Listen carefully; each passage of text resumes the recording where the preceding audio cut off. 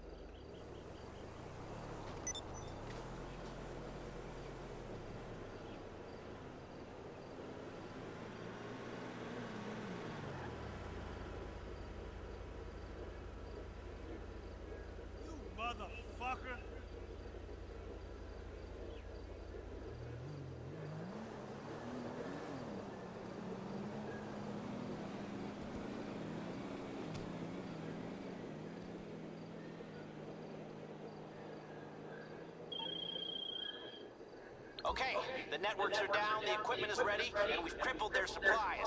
Mrs. Rackman has written our check and given us the green light. We're good to finally move on that submarine and stop this threat once and for all. When you're ready, get your crew together and head back to planning.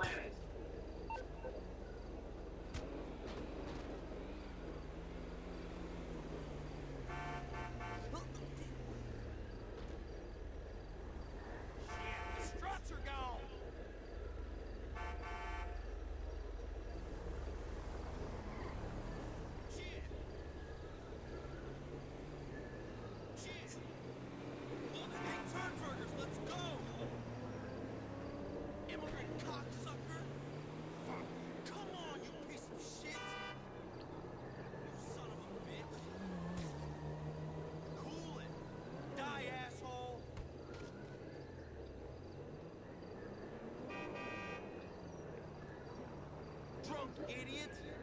Dead!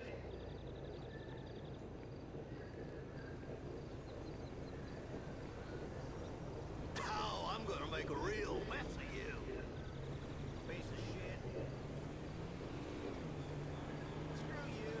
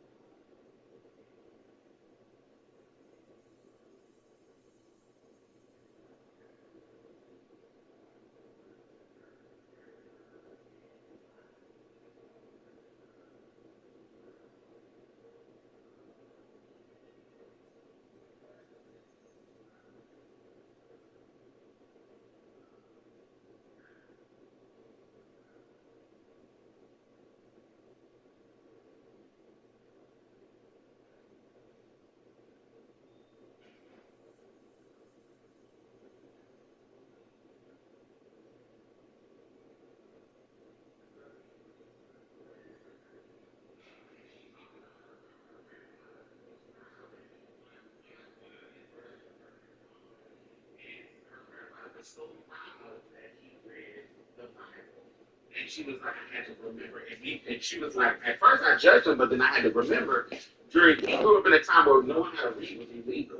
And so reading the Bible, she was like, that seems so boring, but reading the Bible was so important to them because there were none, they weren't supposed to know how to read. So damn, I really know how to read the Bible. I read the Bible. So, and when I was growing up, it wasn't about knowing how to read. It was about shit. Do you have a request, Mother? And the context of the culture that I was living in, as far as the going to church, knowing your word, being able to recite scripture verbatim, verbatim from the heart. Like I know what this scripture says. What you just saying the numbers, knowing how to recall the performance of recalling scripture in reference to the conversation. You get socially praised for that. Knowing how to recall, it's a performance. It's all a fucking performance, y'all. Like, it's all a performance. But in the culture of church, knowing how to recall that, I hated reading the Bible. We used the King James Version in our church with thou dost go with thee, da da da. See, at the time, I'm young, so I was like 7, 8, 9. And so at the time I'm talking about, 7, 8, 9, I'm young now, but at the time. So reading in general. So reading was cool to me in general. So I'm reading Roald Dahl's Matilda at the same time that I'm reading, Kings, Second Kings. I'm mixing this. I'm reading all kinds of level of books. I'm reading Ebony magazine. I'm reading all this stuff. Do you see what I'm saying? In a sense where the joy of reading has is like right. It's like, ooh, I love reading. I want to read this. I want to read that. I want to go to the library and read this whole shelf. Reading the whole library was not ever a goal, but I want to read this whole shelf. And reading the whole shelf of books, that was it's an accomplishment. It was just it just was exciting. It was still exciting. So the Bible wasn't different from any other books. Does that make sense? So that's how I felt about it. It wasn't and also those things that you just named, Ari, the thou doth goeth thee, that was similar to those nuances in language and dialect in the Bible was similar to me reading Our Eyes Was Watching God. How different the language and dialect was for Janie and in Zora Neale Hurston's book. Like, it was a different dialect. And so reading dialect was cool. Like, I thought it was like, oh, this is different. And so that's kind of how I thought of, because, most books didn't sound like that because the dialect was different.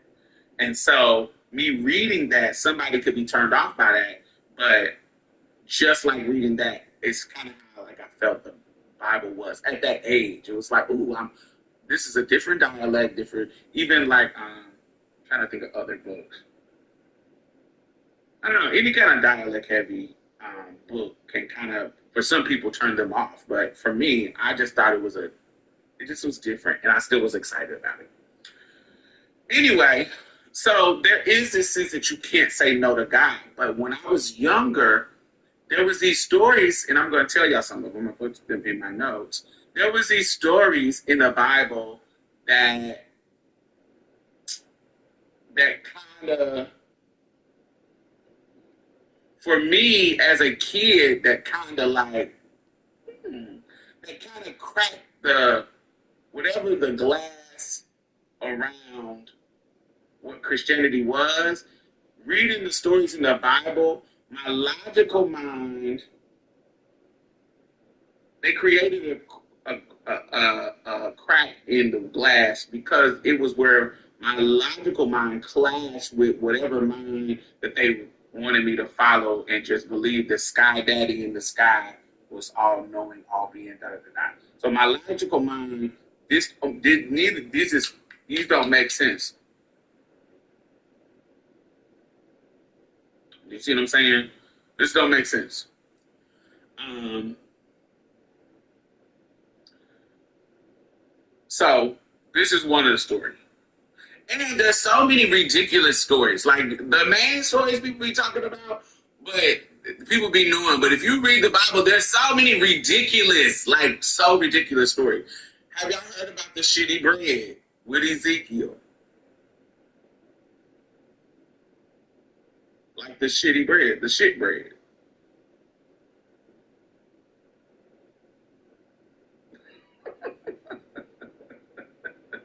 So has anybody heard of that? The shitty bread, the doo-doo bread? Nope. Okay. Girl. So this is Hold up.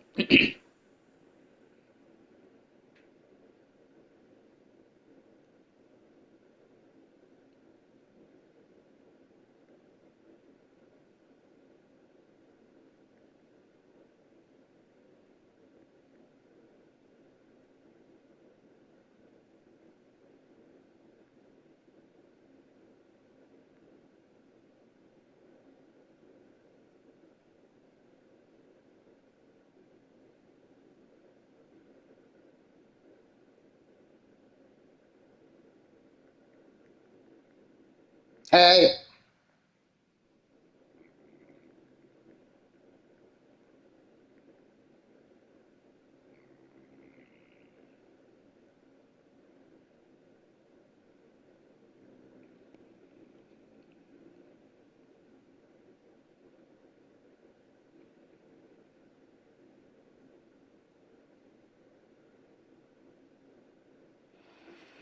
Can you cut it out? Can you move? Move. Move. You in the way. Cut it out.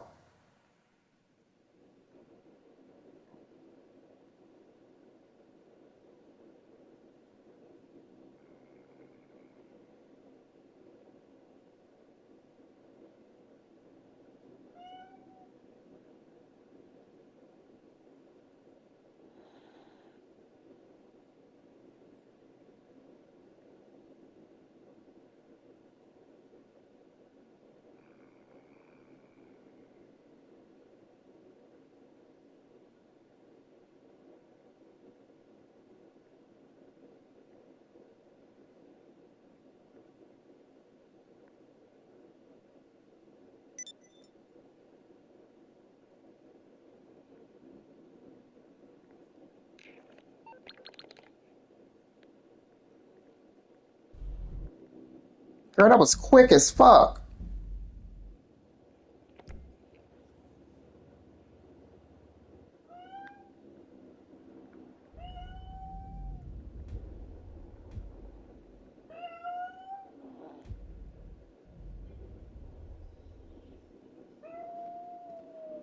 Ready for a night of frivolity, Mum?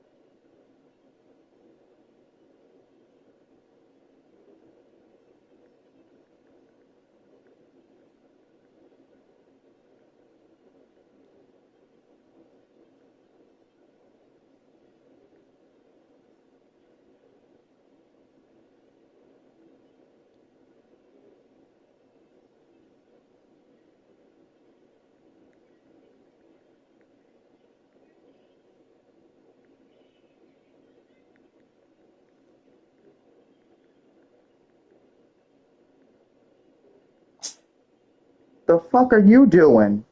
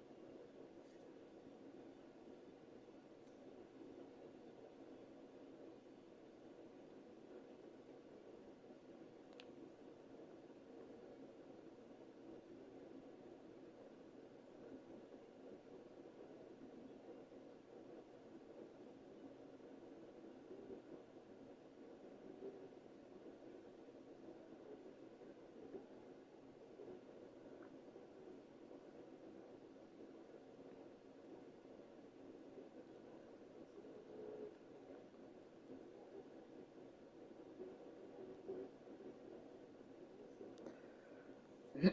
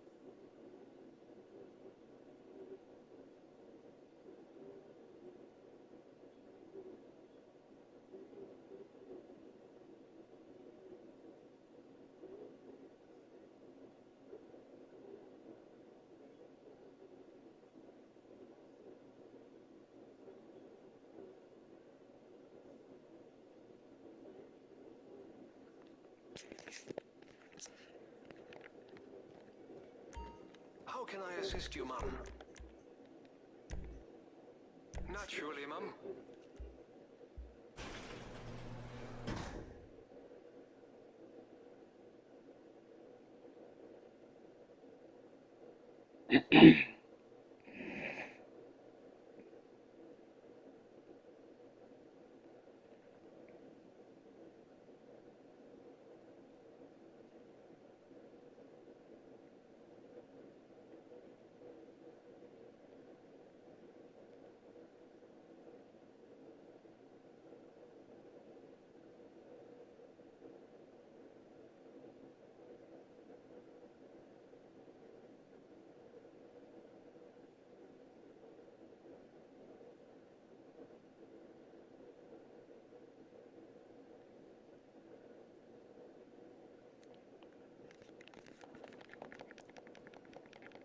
Baby, don't tell me that. Shit.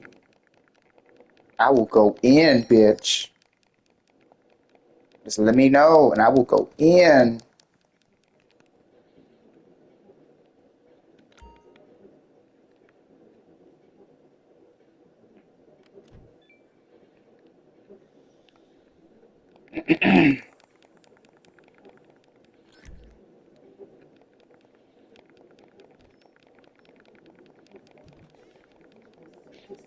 You getting into this?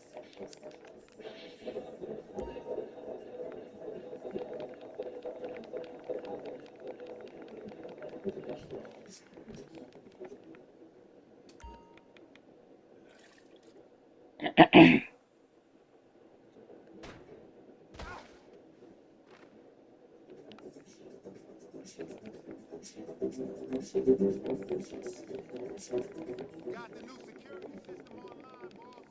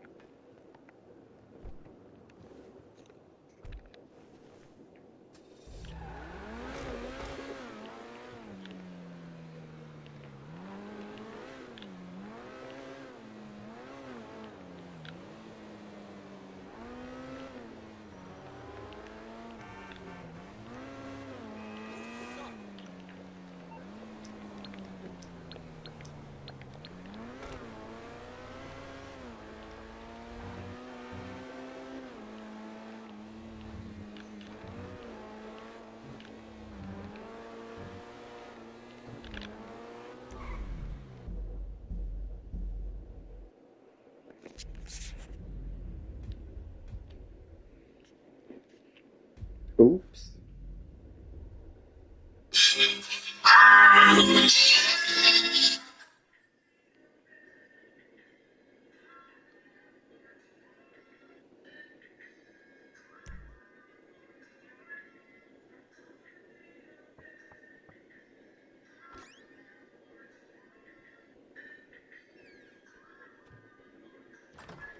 Ah, your first time. You know, the first times. Well, it's never easy. There won't exactly be fireworks. You know, it'll be still be vaguely awkward and disappointing. You know, you probably stick the wrong thing in the wrong part, and you'll finish too early, and you won't be able to make eye contact afterwards. But new worlds will open up. Something will have changed. You know, new opportunities, new risks. And that's when you'll remember that old Uncle Lester was here for you, holding your hand, you know, guiding you through it. and you'll feel a little creeped out, but you're going to repress it. Squash it down. And we'll never talk about it. Hey? Okay? Okay. First time. Lisa! Woo! It's a two-man score, right? One of you drives, keeps the heat off of you. The other goes into the bank, goes to the specific safety deposit box. Then you get out of there, you get in that fast armored car, and you get the hell out of that place. Then once you're clean, once you got no heat on you, come see me, give me the box, and you get paid. Okay. You know, like I said, it is your first time, so don't expect too much. I was like, what the fuck is going on? Wild. Like this. I never heard of that before. Right. So, if you read the Bible, you would know that there are some ridiculous ass stories. So let's talk about Ezekiel. Good luck. So God told Ezekiel that he needed to make some bread out of human shit. This is in the Bible, y'all. I am not lying. Right. So Ezekiel, God told Ezekiel to make some bread out of with some human feces in it. And Ezekiel said, nah, bro. Ezekiel was like, no, I'm not doing that to God. And God said, yeah, bro, maybe I'm tripping. So yeah, you ain't got to use the human feces, but you got to use the cow feces. So use the cow shit, not the human shit. There you go. This is a story in the Bible. And so as a child, with a child's mind and child understanding, and I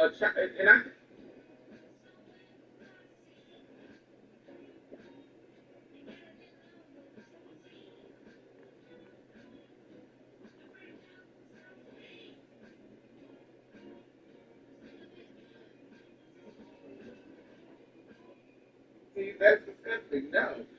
And God listened, and while he did tell him to make the bread out of cow dung instead of human feces, just as ridiculous to me as a 9-year-old, 7, 8, 9-year-old, just as ridiculous too.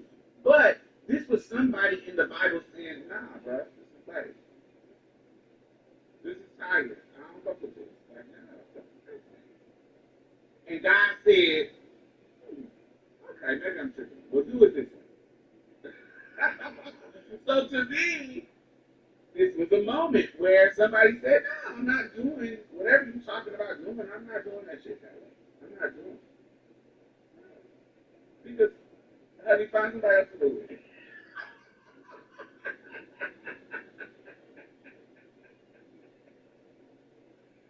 He said, you're taking this a little too far, God. Right. You're taking it a little too far. And so, and God said, God thought about it. It wasn't just no, what? I told you to do it for human shit. Good, or I'm going to send bears to maul you. That's another story I got to tell you. I'm going to send somebody, I'm going to do something horrible to you.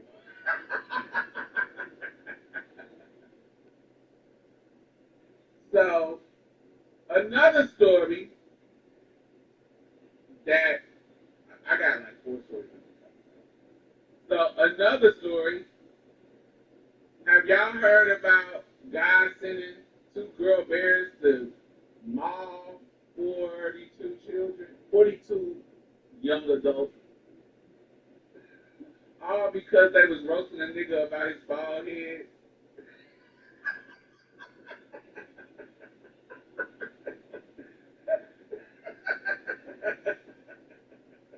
Have you ever heard that story in the Bible? Or not? So Elijah had died. So his successor was Elisha. So Elisha.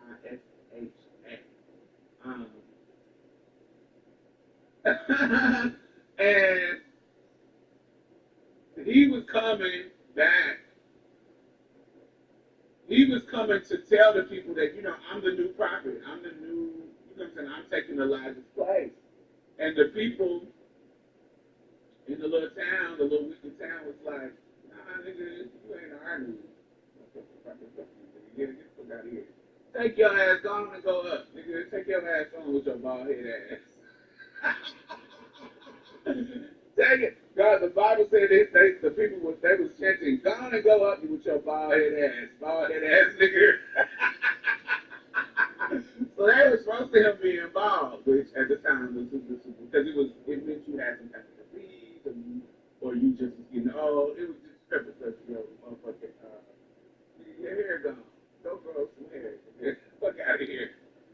So because they were disrespecting him about his bald head ass head, the story is meant. I definitely remember that story. Right. The story is meant to teach you that the Lord protects his people. And so Elisha said, I curse you. I curse you because God is going to protect me. And I curse you for disrespecting me, calling my hair bald and wearing me out. And the Lord sent two girl bears. Why they had to be girls? But they sent two girl bears and mauled all 40 of them. Now, some people talk about them like they're kids, but they're yet the language in Hebrew, they weren't kids. They were like young. They weren't children. They were like young adults, like teens, like 17, 20, in that age. So, so it is hilarious that God cares that, especially like pro-lifers, like God cares about children, life. And baby, he was sitting there to maul a nigga all because I talked about a nigga being bald. Yeah, a lot of people act like they were kids, but there's a word that they use to describe him that King Solomon used later on to describe himself because he was a young king, and you can tell that it was about being they're in that age, that teenager, adult, young adult. It wasn't. Which is how they use the language. The theologians will talk about that. But a lot of times people make it seem like they're kids, which is even worse. Like God sent some fucking bears to maul 42 kids. That's crazy. And me being a kid thought that this wasn't fair. Like this doesn't sound like a guy that I think is cool. Like why am I and not cool as in like in the in crowd, but you don't sound like a good guy. That doesn't sound like a good guy. So two more. So do y'all know the story of Tamar? Like where Tamar actually got her name? No, her name is a biblical name. Do y'all know the story of Tamar? I really use this when I'm having a feminist, but sometimes I have a course that I do. When somebody hires me, there's a course that I do.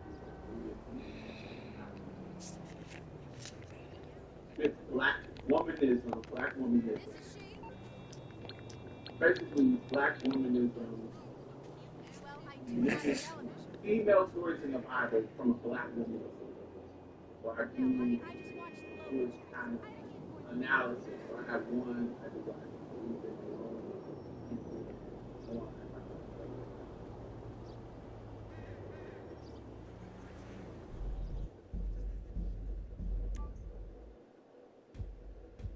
So yes, that Tamar turn. so Tamar, let me give y'all if she slept with her dad, not with her. It wasn't her dad. It was her husband. So let me give you the tea. So if you don't know the tea, um,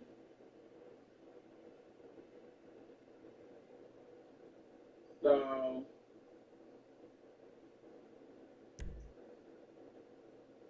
all right. So this is a story in Genesis 38. So and it's chaotic. It's about survival. It's about democracy and so Tamar is married um, to Earth, E-R. And Earth is wicked and lays in fire. So imagine your first husband being wicked, laid and tired, and you married to him. And back in these days, there was laws called the Levirate laws, Levirate, of marriage, Levirate marriage, where if your husband dies, it is the responsibility of your husband's brother to the responsibility of your husband's brother to marry you to continue your brother's lineage. So if your husband dies, you gotta marry your brother. That's the laws of the land. For her first husband, No. right? So his brother, Alright, let's Obi, get the Obi, EOP in the LAPV Obi, to HLAR. The LAPV is still at the safe house on North Calafia. her second husband, married her too. But he kind of refused to have sex with her. Obviously, this is a malware-style attack, so we need to get the Trojan in.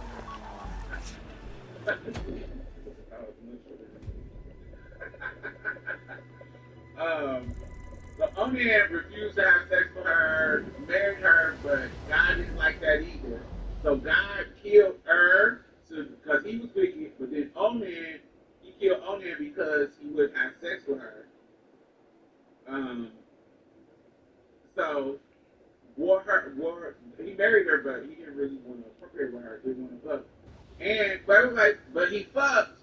But instead of him nutting inside of her, he wasted his seed and did a pull-out method and poured his nut on the ground. God didn't like that, so I didn't tell you to pull out, nigga. So I'm killing you too. So God struck him down because he wasted his seed out of the coochie. This your wife, you supposed to be fruitful and multiply, and you wasted all that good cum on the ground. Who told you to do that? That's not what you're supposed to do. So you wasted all that good cum. I'm striking you down too, just like I did the wicked ass brother. Now I'm going to strike you down too. So Onan, he struck him down too. So they daddy is like, so now they got a younger brother named Sheila.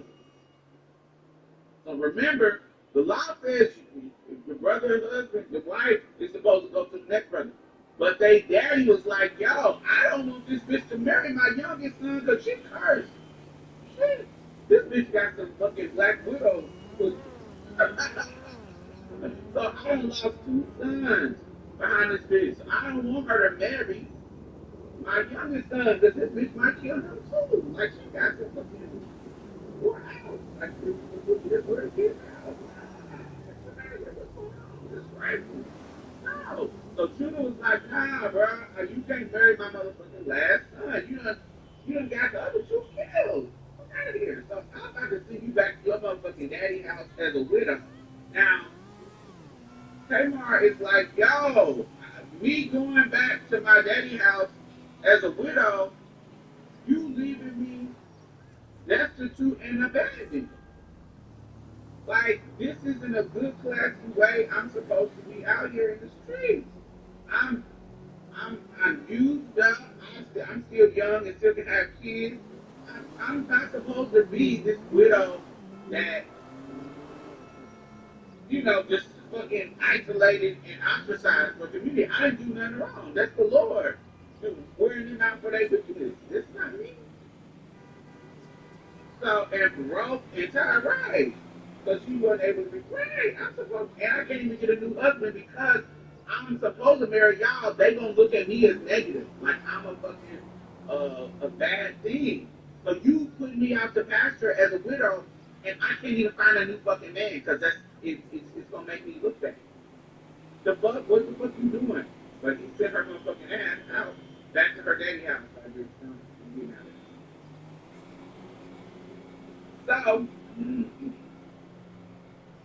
So Tamar said, you know what?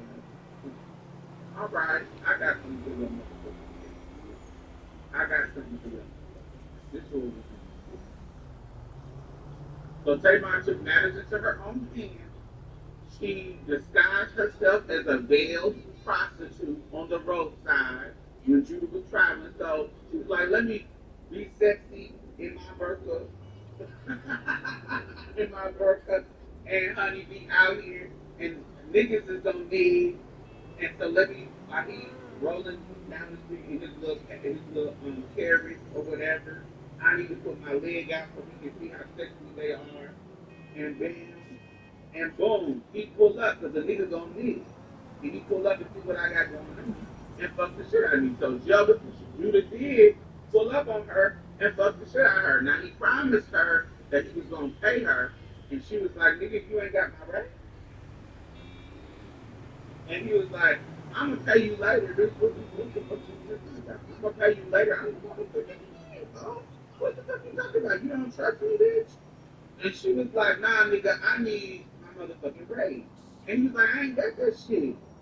And she was like, you gotta give me something, motherfucker, because I ain't about to fucking not give you. I ain't got to, you ain't got to give my business for. You need to give me some kind of collateral. So Judah says, okay, well, let me give you just this since you don't trust me on my motherfucking word. I'm a motherfucking king. Let me go ahead and give you my seal and give you my status. Hold this shit, and when I come back, I have your motherfucking money, bitch. You fucking tripping. And she like, oh, all right, I'll take that. Cool, I'll take that shit. Cool, great. So she took the seal, and she took the staff, and she like, cool, I'm gonna take this on back, and she held on to it. So he fucked her real good, and she got pregnant. Got pregnant down. Wore out. So now, bam, when Judah finds out, like 3 months later, when she finds out that Tamar is pregnant, he is furious.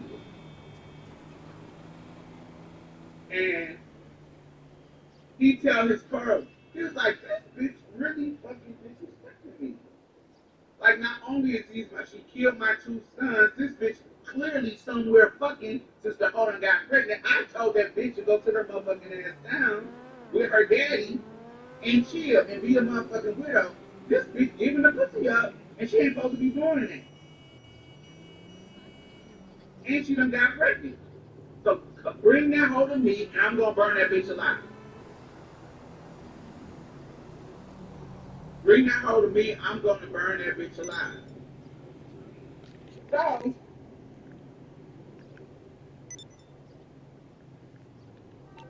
I want y'all to clock this.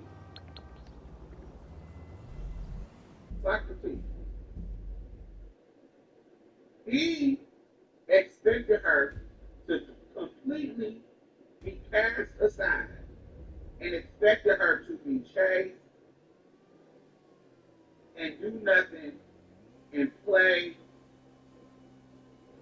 like you are demoting me as a class, as a woman, as a class, and I'm supposed to do nothing and just be faithful to your family as you're simultaneously telling me, throwing me away.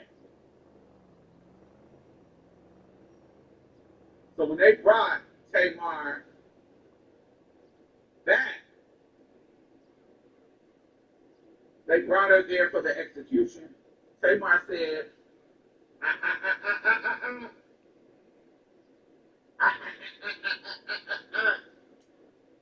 y'all can't kill me. This is baby.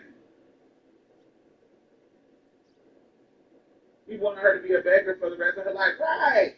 She was like, this is baby. And Judah said, what the fuck you mean this my baby? Here's your seal.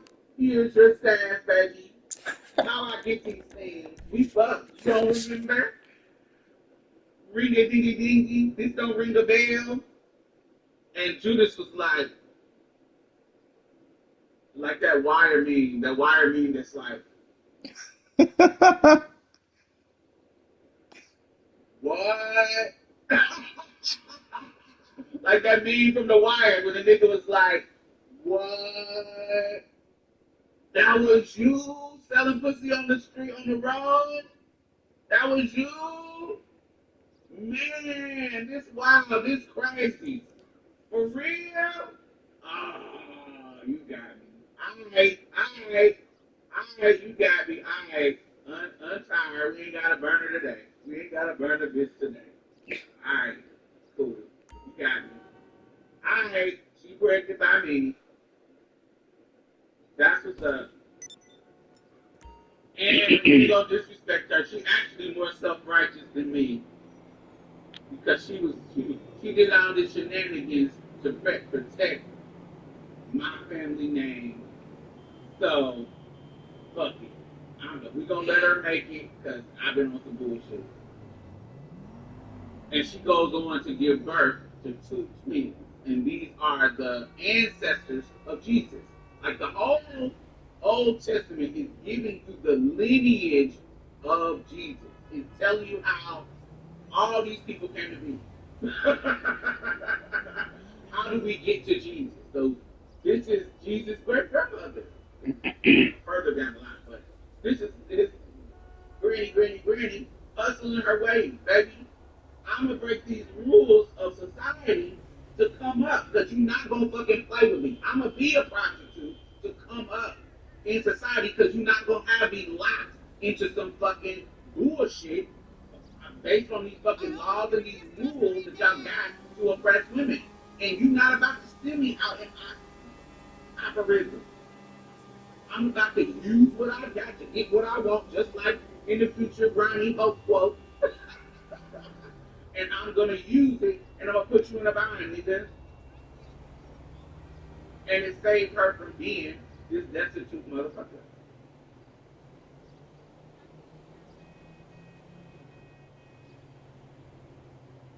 Which is exactly, and to me as a kid, now I'm growing up in a hood household, so I have all my great aunt Joe, my great aunt Rod, I told y'all she was a sex worker, so I have all this life context in my brain as a young boy, and so I knew what prostitution was because I fucking I was a prostitute. I knew what this all meant. Now, I used to have the system name, patriarchy, feminism. I didn't have the system name, but the basic level understanding of how this isn't fair and how they made these changes to be fair and broke these rules and broke these laws and did something different to be fair to their unique position.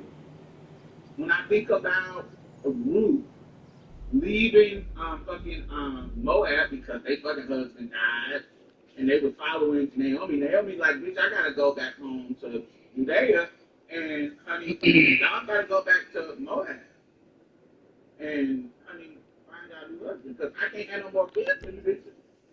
My son's gonna die, and Orpah was like, bitch, all right, I'm gonna go back to my people Moab, and Ruth was like, nah, bitch, I'm gonna stick beside her. I'm gonna stick with you because I ain't shit. Ain't nothing out there for me. Ain't nothing out there for me. I want to go where you go. I need to go wherever you go. I'm gonna follow you. I know you're too old to make me know another son, but I'm gonna stick beside you. I feel like my luck is gonna be better if I go with you. That's what the Lord is telling me, so I'm about to do it. And so her and Naomi go back to Naomi's hometown. Now she a widow, so she in her black. So she supposed to be in her black mourning her husband. Naomi said, bitch, we in the new city. We city girls, we outside. I'm too old. So you the young one. I'm too old. You need to take off that motherfucking black.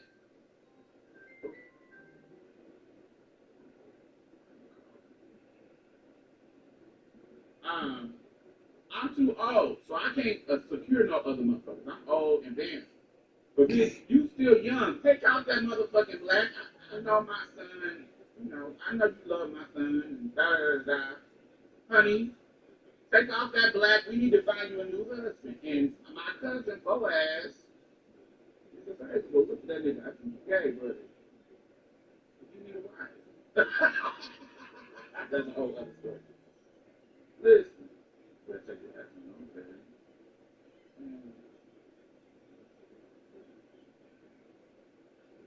Secure the bag, bitch. So she go over to Boaz. Ruth go over to Boaz, and I think he gay. Remember that.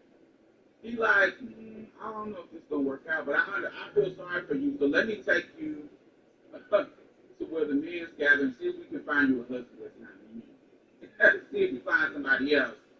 And all the other niggas is like, that's a boring bitch. We don't really fuck with her like that. We don't look like her local bitches. And you pretty good ass boring ass chick. And she's more of a child. She's been married to somebody else. Child, she don't like that. Why don't you marry her?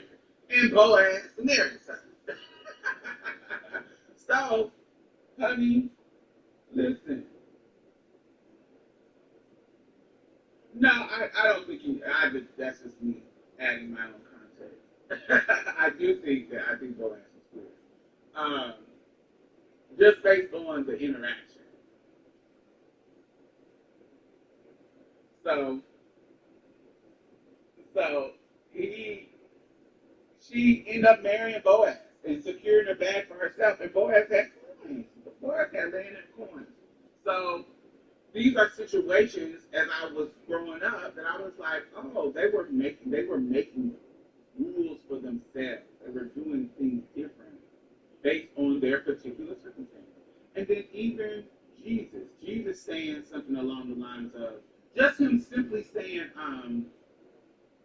why have thou forsaken me? I think that is clearly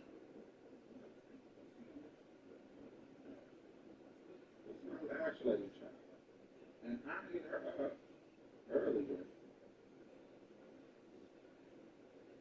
and she just now hit me up at 8:37.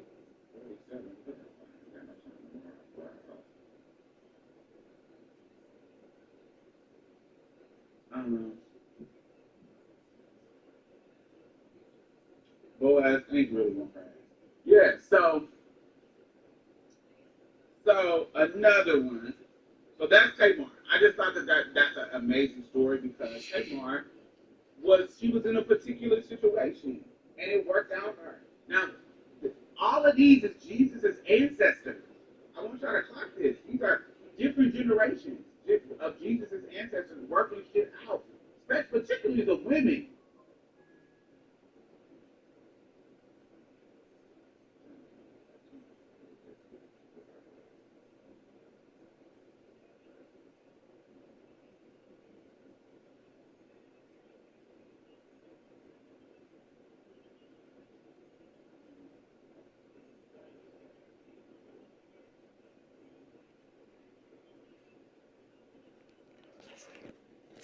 You know, I was just checking my prices at May I help you, Mum?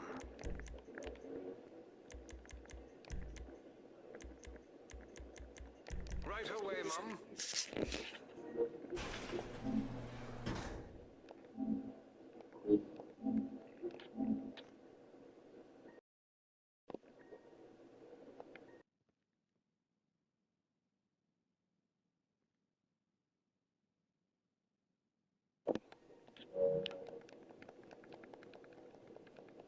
Okay, yeah. So, especially the women, just making shit work and as somebody who feels like even in the rules of today, there are laws of today. There are women who are making things work. Queer people making things work despite the law, despite how things are supposed to go. They are bending the rules a little bit, or doing a little witchcraft to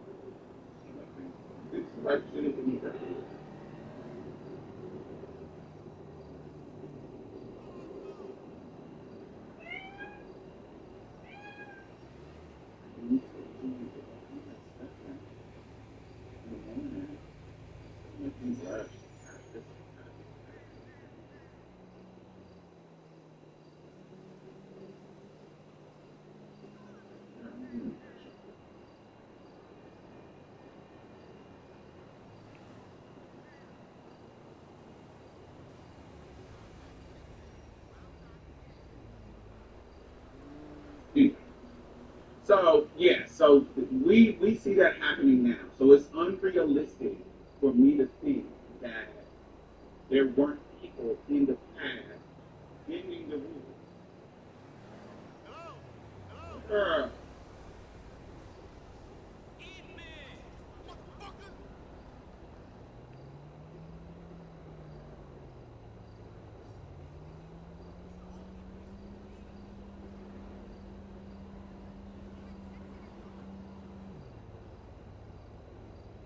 um,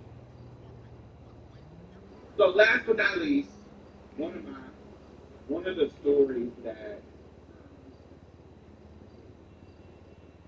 really just was the nail in the coffin. That was like this bullshit. I think the story of Job is the most bullshit story of I think the story of Job is one of the most bullshit stories of the Bible. I'm sure there's others. But this one particularly because it had the devil in it. You know, there's other ridiculous stories, but because this one had the devil involved, it it was the most ridiculous for me that really severed my trust for God. Like it was, I know it was meant for people. The way people tell the story is it's meant to teach you to be steadfast, and the Lord will take care of you in the end. But nothing about this story worked out in Job's favor to me. Even the things that he got at the end didn't fix the problem that I had. And this is me as a kid, but definitely as I got older, even worse my thought. So my understanding of Job, the way it's always been told to me, I read it, is Job had a pretty decent life. He had his kids, he had his marriage, he had land, he was faithful to God.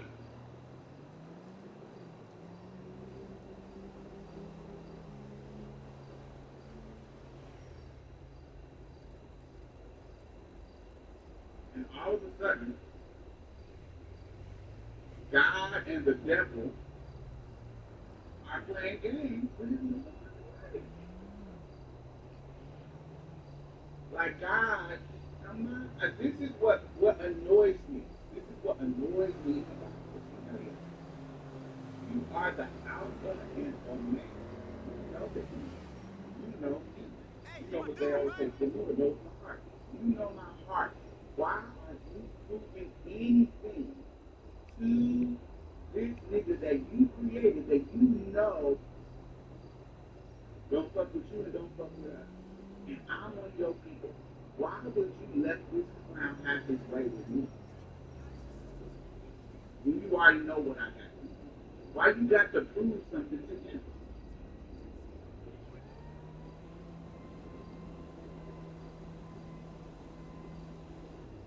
Like, why I gotta be the guinea pig to do something to him? That doesn't make sense. He's playing with my emotions. He's playing.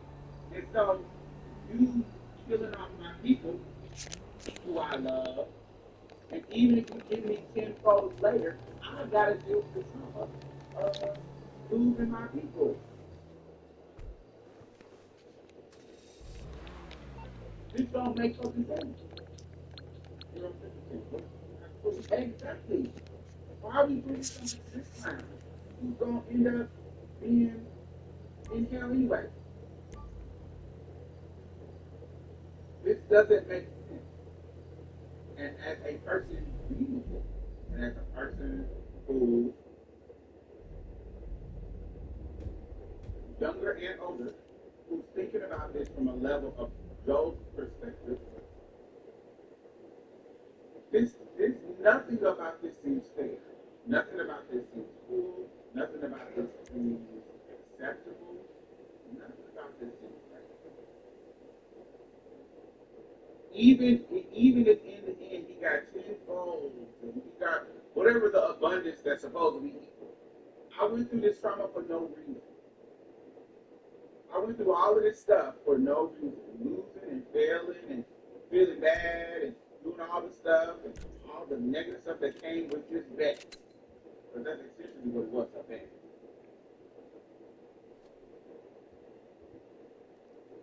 Who does this?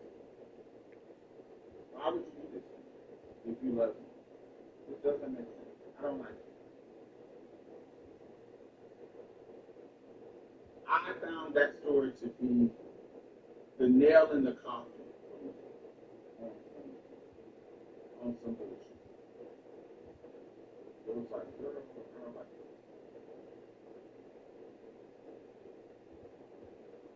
all those Bible verses under that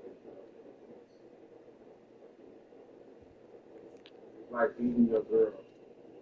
Or letting, not just beating your girl, letting a nigga come beat your girl. Letting another nigga come beat your girl. To prove she won't leave. My girl won't never leave. Come beat her up like that. Come around her. Come around her and beat her up. Kill them.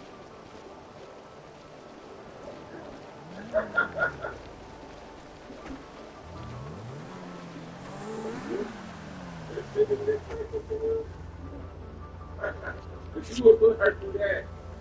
You really do. Alright, let's get the EMP in the LAPV to HLAR. The LAPV is still at the safe house on North Calafia. That first habit is something.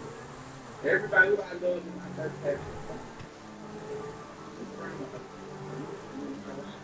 Obviously, this is a malware-style attack, so we need to get the Trojan in without it being identified. It's a genuine Merriweather insurgent with no obvious signs of tampering, so once it's in place, it shouldn't be flagged as suspicious.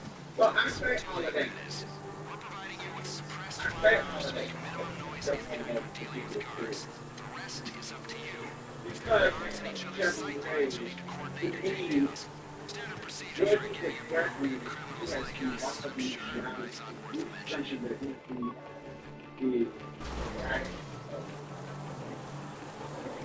That hurts me. I'm going to do something. So we catch my says, if I have to go in front of the Lord and He tells me that, oh, love is like In prison, the anticipation is killing me, so I guess we're all in danger. That shit's a collector's item. Real nostalgic appeal. I just want to get some what it was built for, you know. And it's out there rolling orphanages instead of sitting in mothballs appreciating in value. The buyer does have a questionable human rights record behind you, so here's hoping he's not just rolling it out for air shows.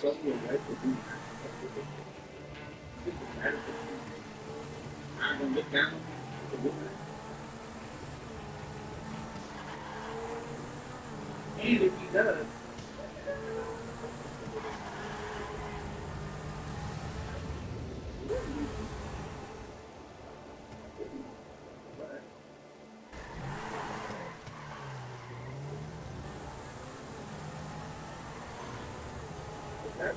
I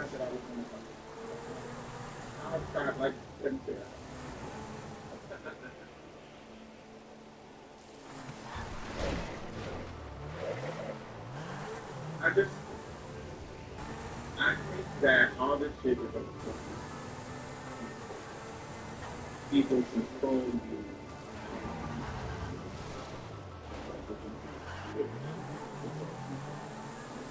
Other people who follow that religion control.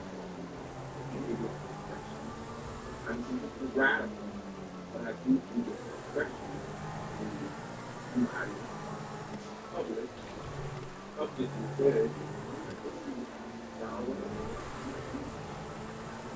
Especially somebody who is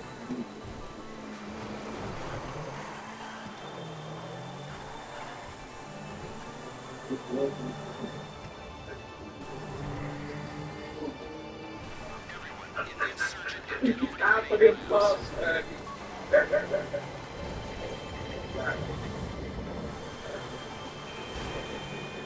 For me, I just it's black people, you know.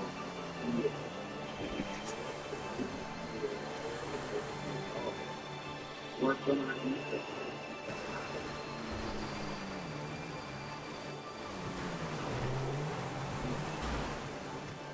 It don't make sense to do something different. There's people in the Bible that push back and say, I'm going to do it. I'm going to do something else.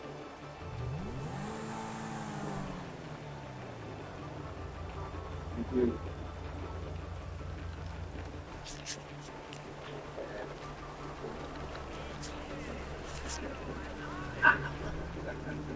Probably just don't be as told.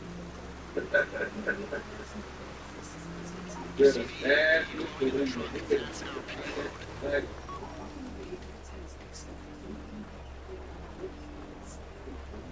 You should think of this as a dress rehearsal. You're getting a feel for the props. The stage will be set. You're working with the other actors. Only this is the kind of dress rehearsal where if you screw up, you die. Hey man, whose name we don't know. If we're breaking into the lab now, why don't we just go for the target? Because you'll die. Either Merryweather will kill you, or I will kill you for shitting on my carefully constructed plan. But can I see you? What? Tonight.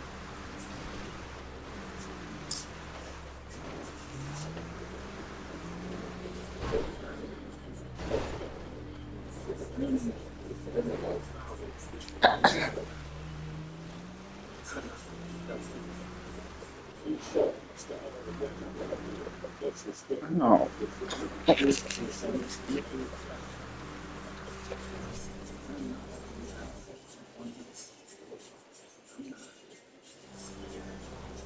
but I'm not good professional. You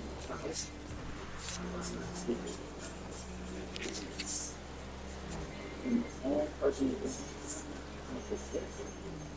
You got it. And here is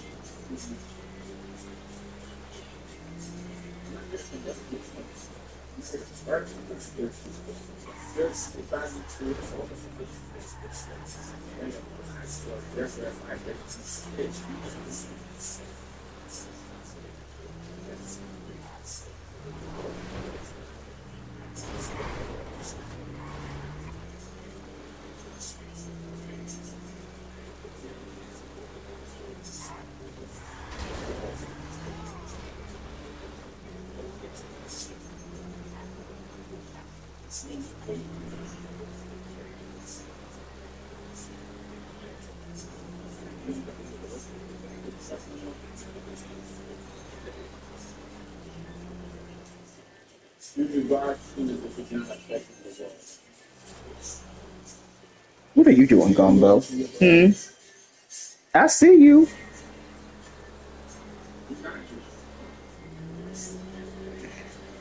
I see you.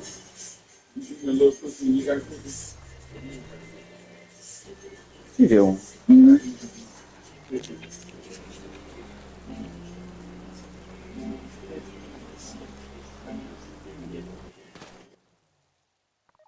The target. Pull up outside and we'll talk logistics. We've hacked in and put the CCTV on a loop. It won't be stable for long, so you'll have to move quick. Let me show you. I'm sending you the live feed. In the grand scheme of things, that's just what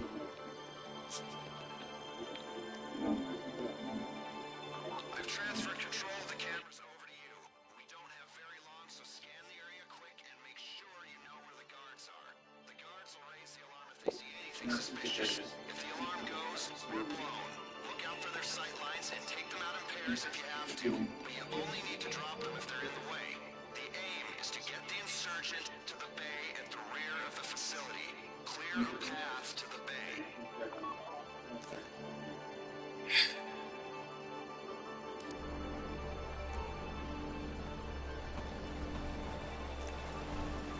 I could do it.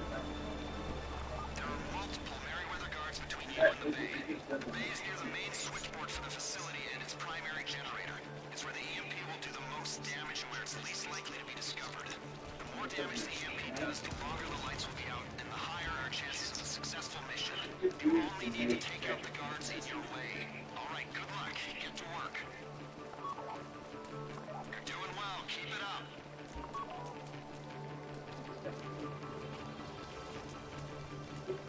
How does the world do that? Only the guys between the gate and the garage are mission critical, but I like your thinking.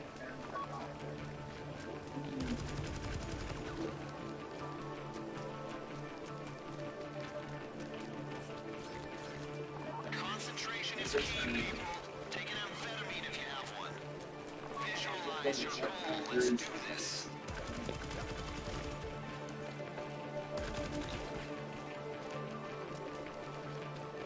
Compared to others.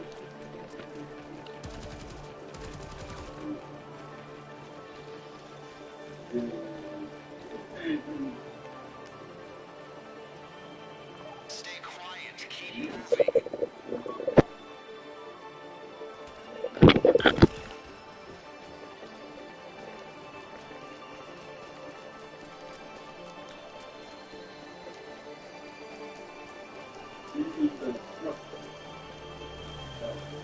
Get familiar with your surroundings. You'll be back here soon.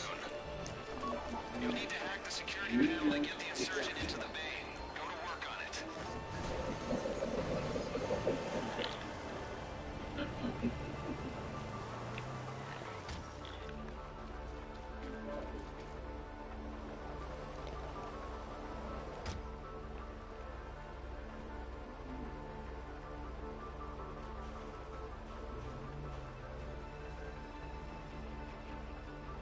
All right, the malware's installed. Pull out.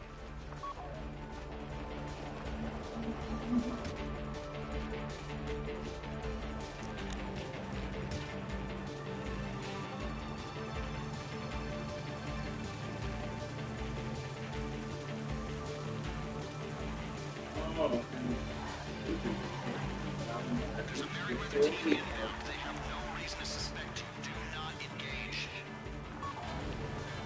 Okay, great. We just lost connection. They're seeing live images on the security feed.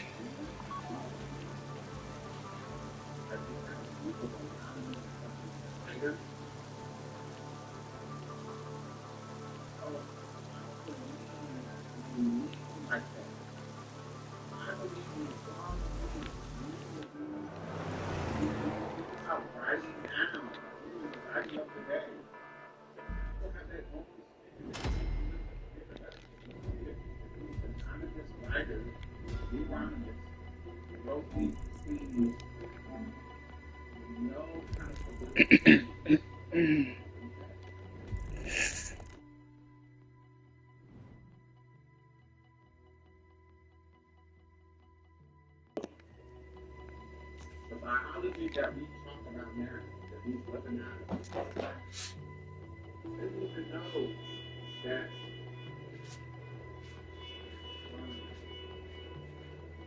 there's a man on everything later than that. They were fucking punching the Oh, you know what? Maybe it's cycle stones. because they prioritized boys. She had girls. She wasn't a good one.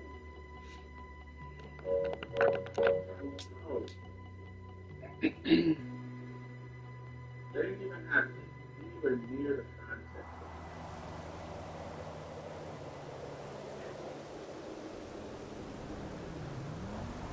I love it. He was like, "Can I see you?" What? Um, I want to.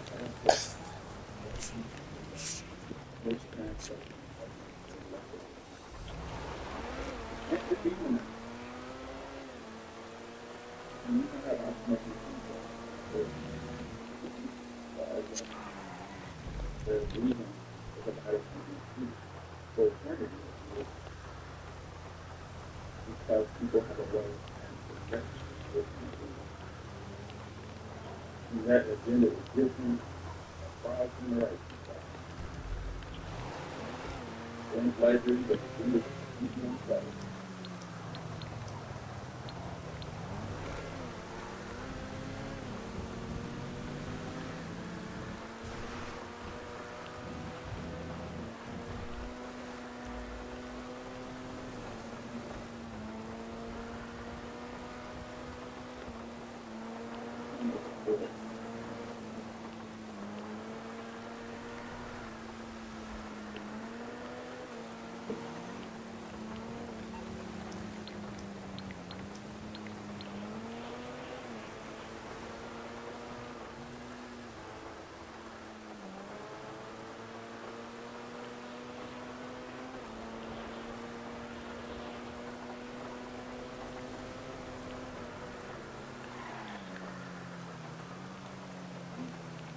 Anyway, that's all I wanted to talk about when we talk today. What do y'all want to say?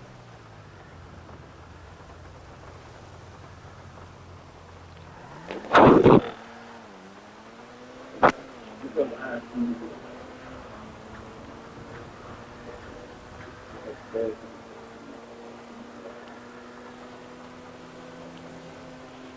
to me, family and a better Christian.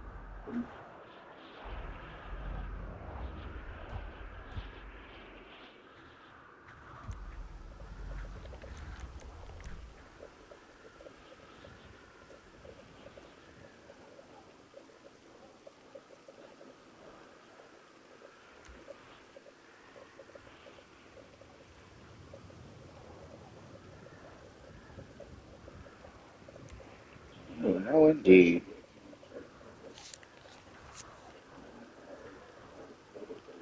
Um, Fuck, we ain't doing this. I can't remember. I have an urge to do Easter like every 3 or 4 years.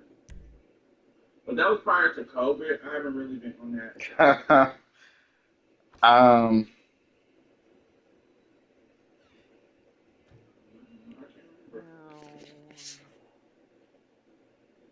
Me going to church for church sake. I've been in a church, but me going to church for church sake. so where's my other slide, bitch?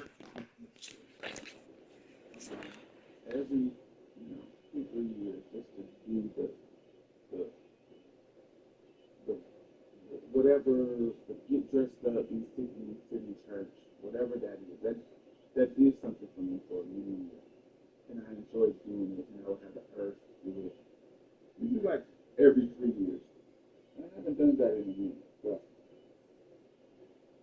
these are just things that I was accustomed to when I was younger, and just I like the performance of church ladies. The performance No, no. of church ladies in the church with my hat. And it's always been a good. I haven't had a negative experience since I was a kid.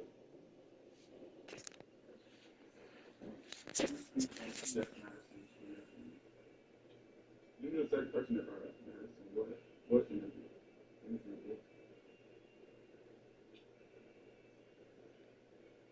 What did she mention me for? Somebody said she mentioned me earlier. Her and Craig. What was mentioned?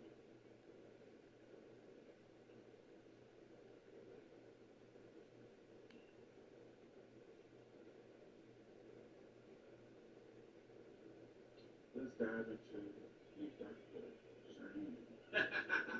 journey. Okay, the how I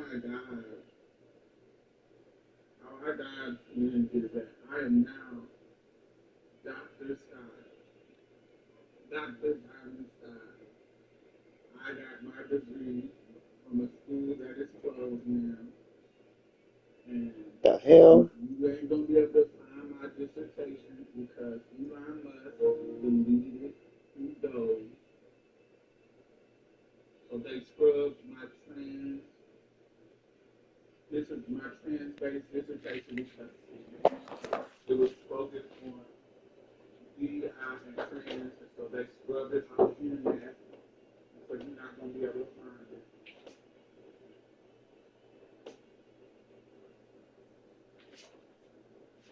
Oh, and,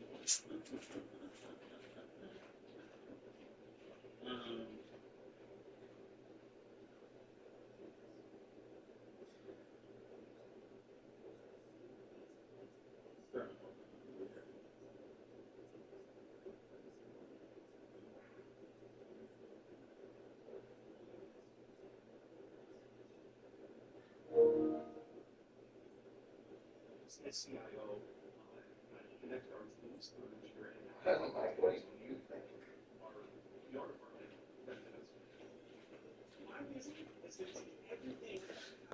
so, so,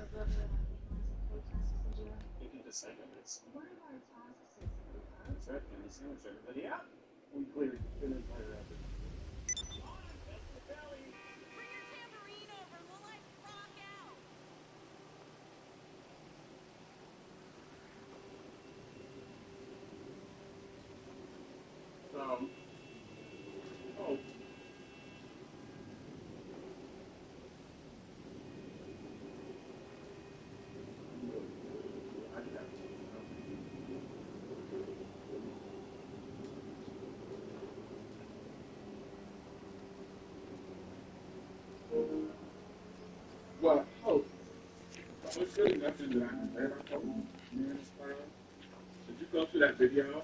I put a comment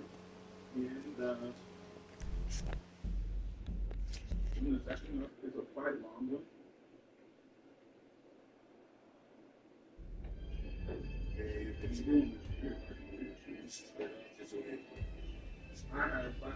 I did a whole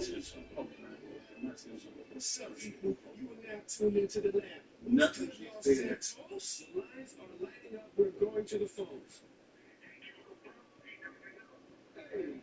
You're wrong.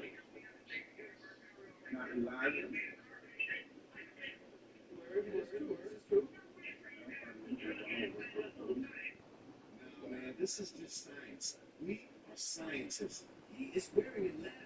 We got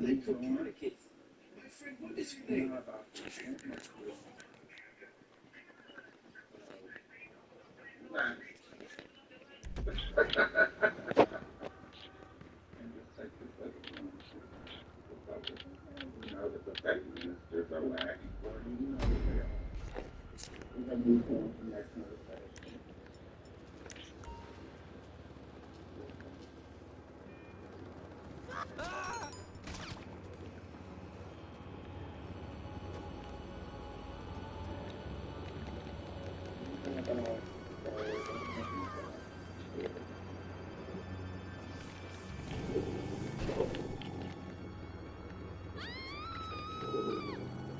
So, I did multiple videos on culture. I explained myself very clearly. I explained myself with deceit. um, hosted somebody who was doing the other time. So, there's the things that I really think that she said that was a mistake.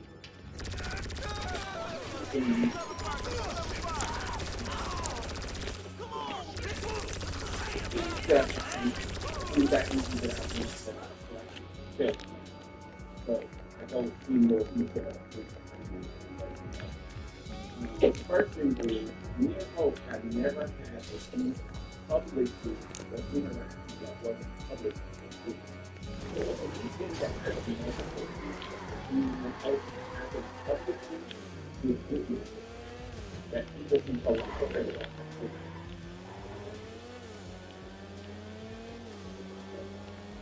You realize that you know, that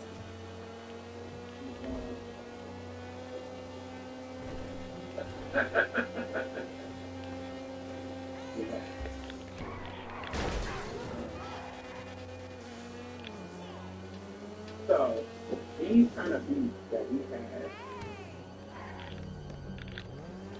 in us, so it wasn't like in regards to things happening where we were talking to each other, it was all that.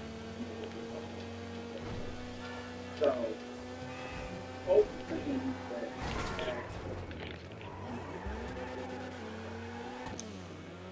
both things that he had accepted, the reason why I wanted that third is because he had accepted, hopefully never accepted it as nothing. That people serious, but there's nothing that I did that he was accepting. He said, well, I could call her in and he was like, no. The first time that you ever had some kind of regret is whenever Angelica Rossi Hope on Twitter. Hope was not he was like a regular. We got like 9,000 Instagram followers. She wasn't popular. And so she had got, this is when everybody was bringing trans people on their show. She had got a situation with Grace. And she went on there and she was under into this women. And mind you, I told you before that I had not been good with her because she was very all out mad. When I first got into this first was all out mad. I took a screenshot on my windows and so I showed it. All the Facebook people, look at that. So, what made me lie all the way back to you?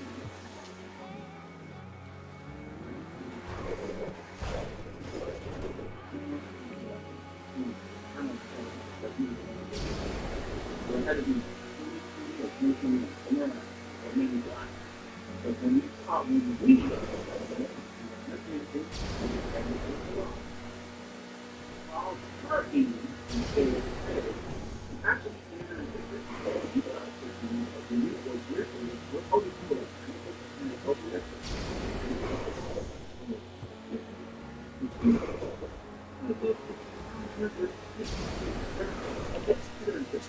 we're not calling them it's calling them out from the and so you see it's like it doesn't move up. She got a thing about all the other things.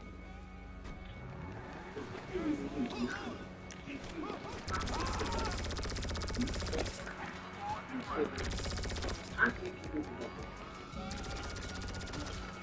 so once she said that, me, this was a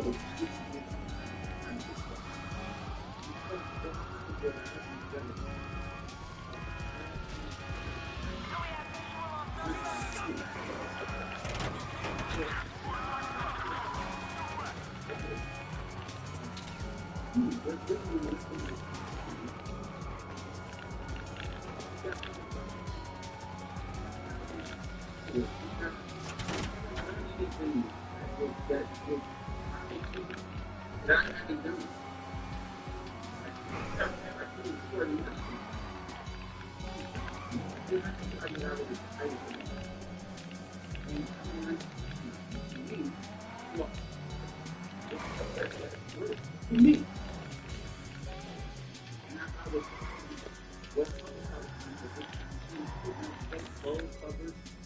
With her being asking me, I was like, everything about you.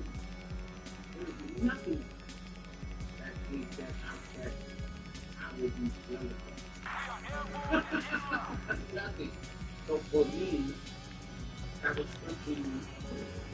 And so, what? I'm with wow. I'm just, I just so good.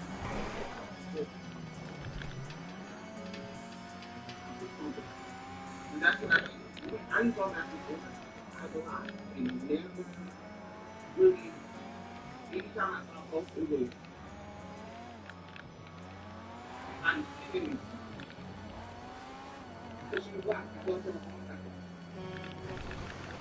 So, and every time I saw she was laughing to me. And so, that was the one and only time. And there was witness. You can add, yeah, there was witness people who were a part of the conversation. There wasn't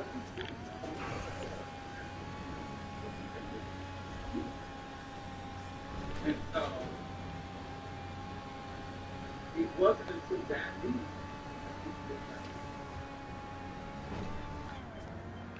that that it wasn't until that week that I knew what to do. And I was like, oh, you're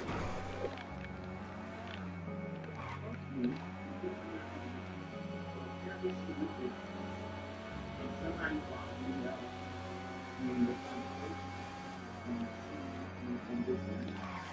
Like, it was important. I was like, oh, okay, well, yeah, sorry, oh, yeah.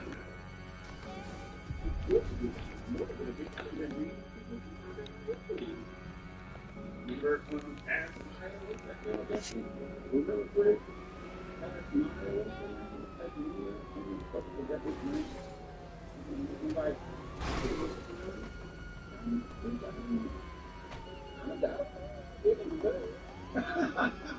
she's never gonna be too good for me to be.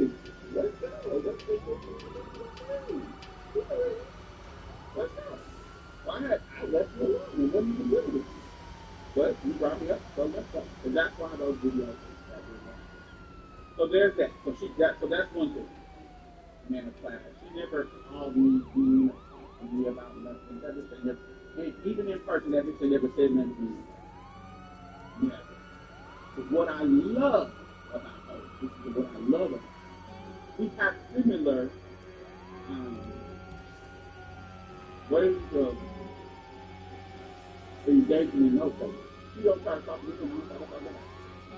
You know what I'm saying? So they like some bitches, they would be all tough and blah, blah, blah on the internet, talk about this. And then we see them in person, oh, good. I had to. Or it's some kind of fake conversation. Hey, you trying to know this on this? Not that kind of thing. But hoping never tried to be. We're talking about. Never been taking that way. When we both had a mindset of we don't like each other. So, there's that. The second thing is about the money. So my claim was,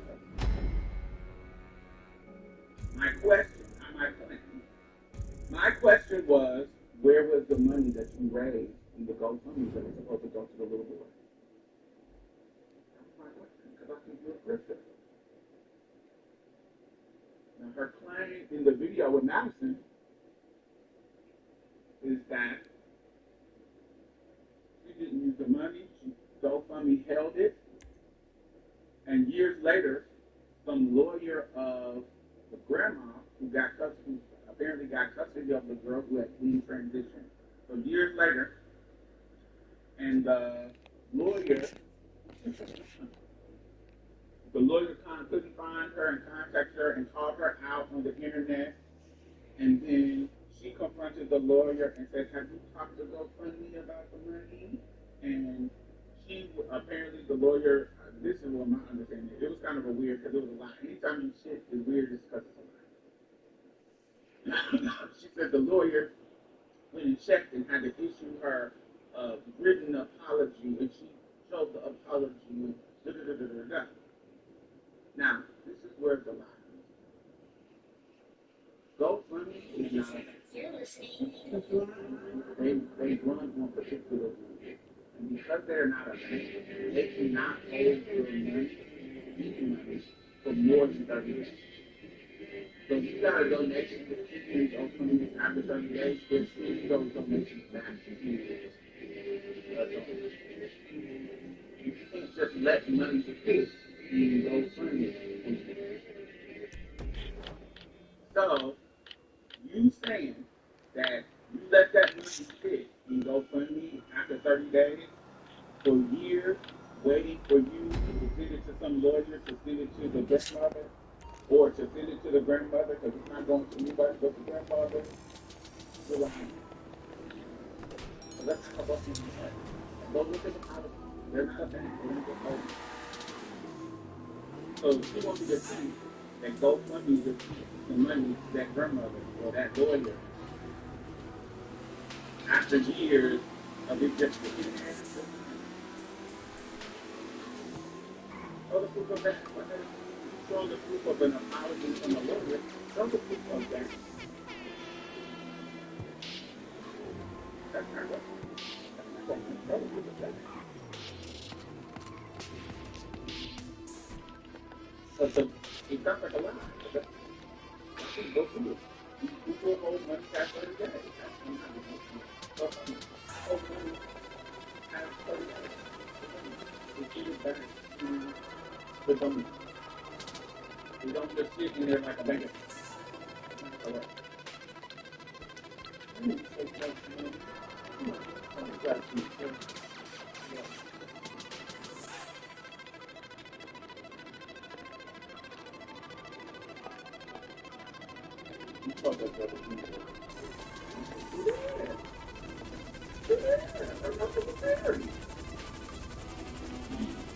I'm going to be the same where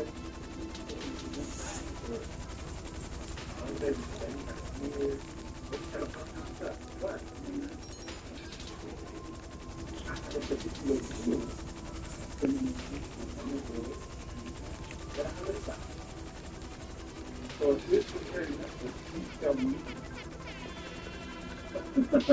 the law please tell me their dog, I'm not for their dog. I'm not there. But you can't tell me, and I'm just and you got no soul. You can't tell me what you tell me. You look for a and that's kind of the way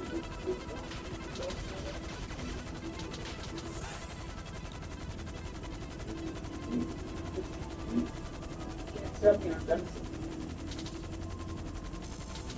This doesn't look like it's just sitting on top. What am I going for?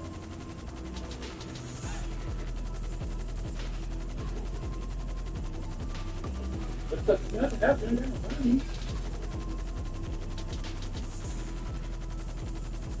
I too have to breathe. But what exactly? I too have to. Well, every time he had done anything, and he had done something, just some kind of natural, very natural. Then he can get problems. Adult,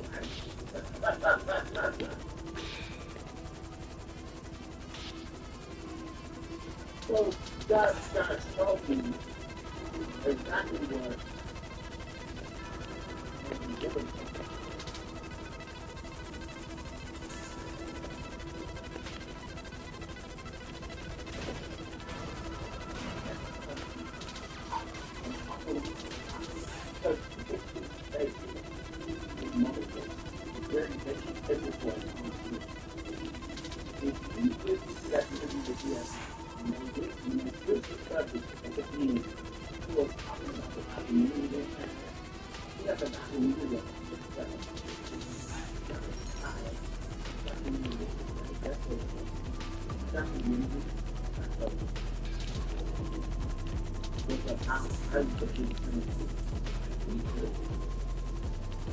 these other things,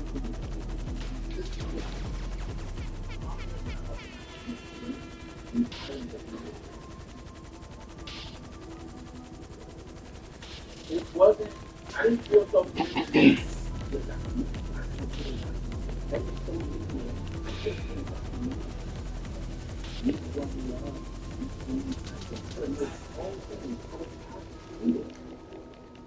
Could have made a whole thing about me and my journey as a trans person, growing up as a kid. They was ready for it. With the whole transition as a person. He was bringing me money to use my story as a trans teen. I could have done that. But I was like, no, I was talking about something more important. And that's trans life. It's not the next story. It's crazy. I don't know.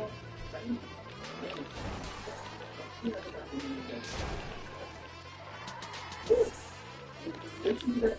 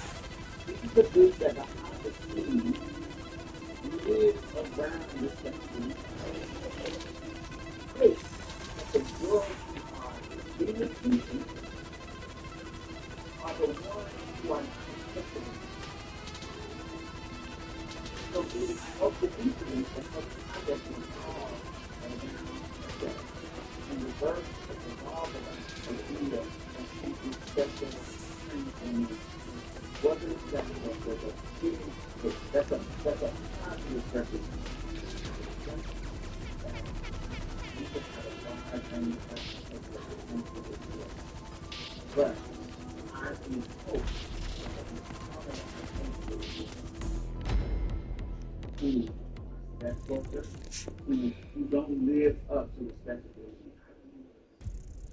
And when she sees y'all bitches get any kind of life, she's evil about it. We saw with the situation with that dude from Detroit. When he played her out of getting him a birthday gift, her first negative thing to say about the girl was that you picked her over me and she's a prostitute. These are little nuggets of indication of how she feels about girls who she thinks are beneath her.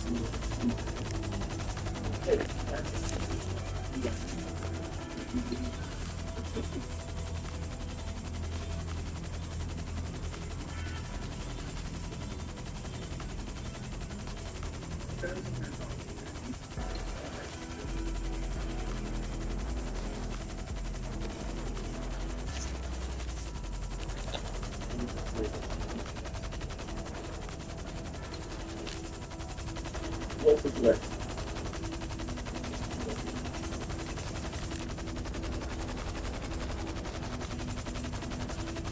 And that's also what I feel in the time. I wouldn't even be saying, I haven't left folks for college. That is and I haven't, and you guys just watching people want to talk about her. People talk about her in that way. But all the time, but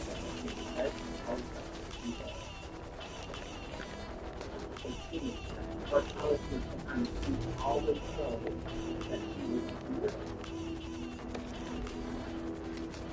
She was a woman at the point. And so for me, and so you young people, prior to that, you probably knew that I think so. But I haven't. About her, you know,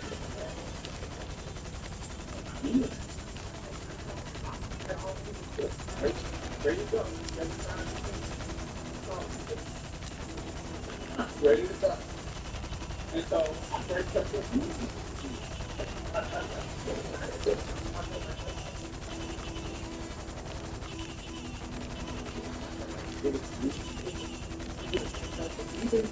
Even as though that and it made it, I have to do it.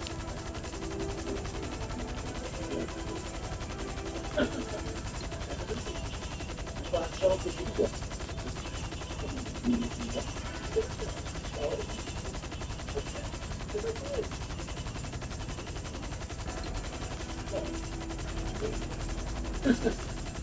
And so even though I had that, I talked about it.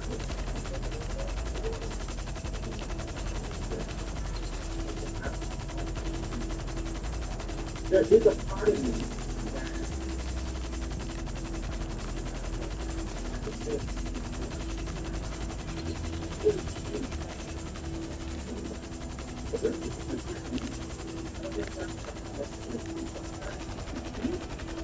but also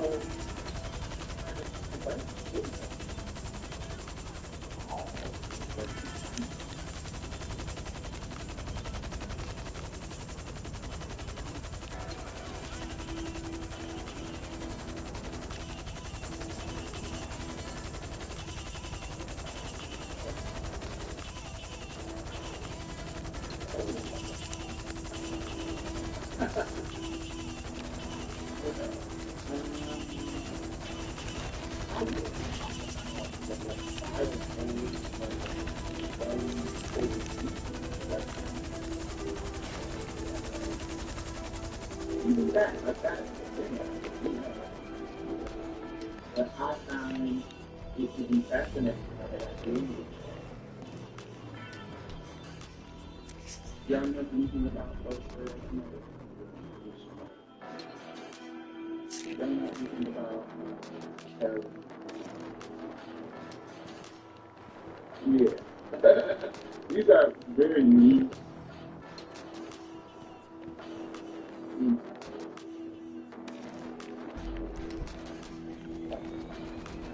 I'm not,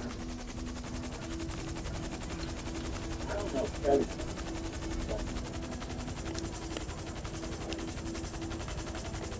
Y'all listen. I ain't telling you. I can't listen. That's why it's fascinating. I listen. Yeah. I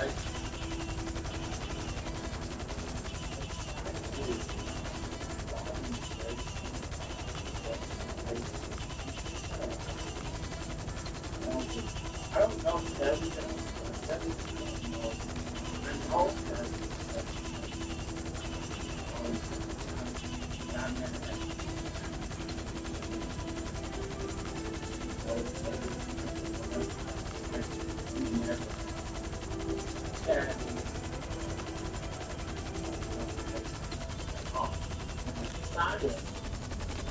yeah, it's like, but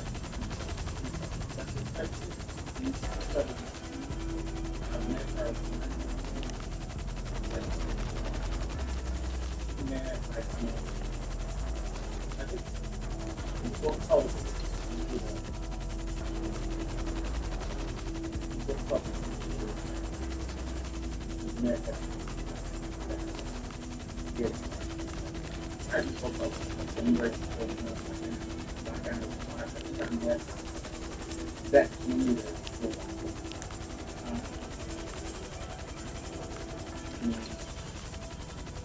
I did a piano with I think that was I did a piano with you up Facebook.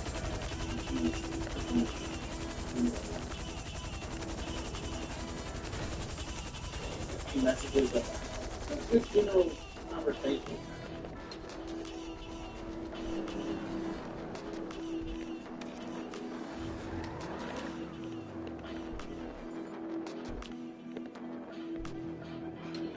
Yeah, we had a brief conversation.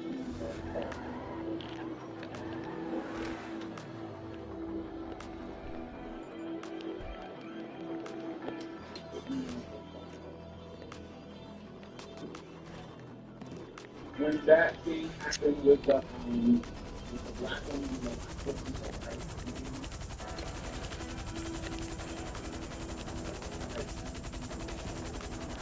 that black woman,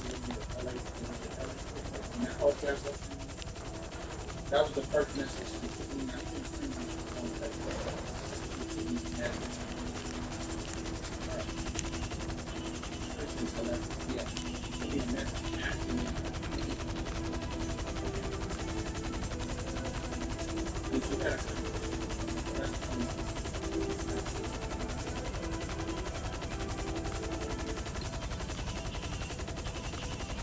that and disrespect? No, sometimes you start making it okay to listen to the negativity. That's what just because I think that's just a mind that y'all not I don't know why. But what if it's somebody that is that's the case? And they just find somebody to do that. Everything, whatever, effort is subjective. Everybody's version of work. So this, that was so like, all of that we just talking about rich.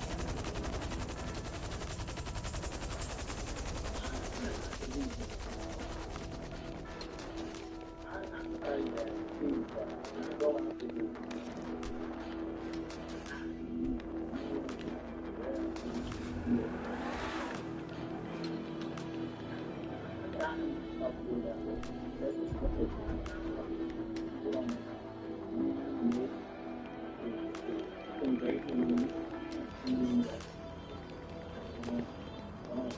ever had a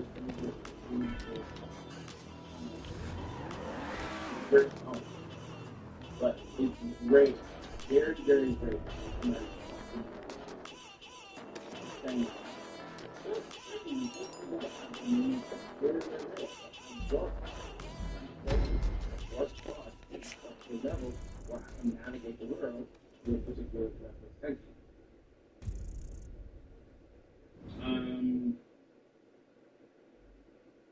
Yeah, that was separate issues in regards to Kevin and her. That I'm just giving you an example of how we know each other. So me and so we don't know each other on a personal level, but in my inbox based on that subject. But that was the first time she ever hit the other thing. I met her 2 times, one time in person, and then we were on a panel together like in 2022. And so that's our relationship. So Kelly, I don't know at all. Like I've never talked to her. But Lasaya, we had some engagement. You feel what I'm saying? Like I know a little bit more about her than I do about Kelly. So that was good. But anyway, so Lasaya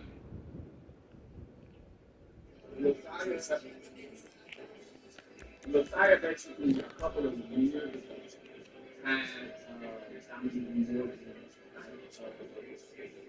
black. He was apparently killing money. Now, don't quote me, I don't know how these guys are not in, in all the business, and I know somebody always digs into it too. This is just a general idea of what I heard about this.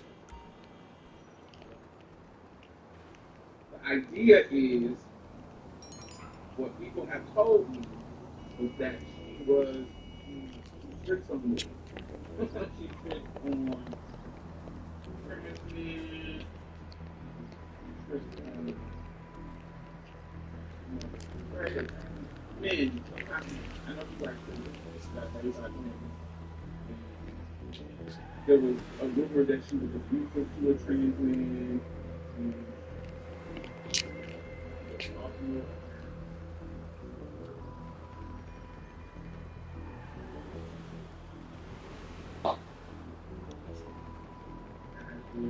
but you got a lot of tension rumors of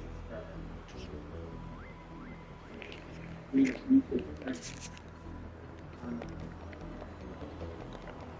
And apparently she was embezzling some money from her organization. So,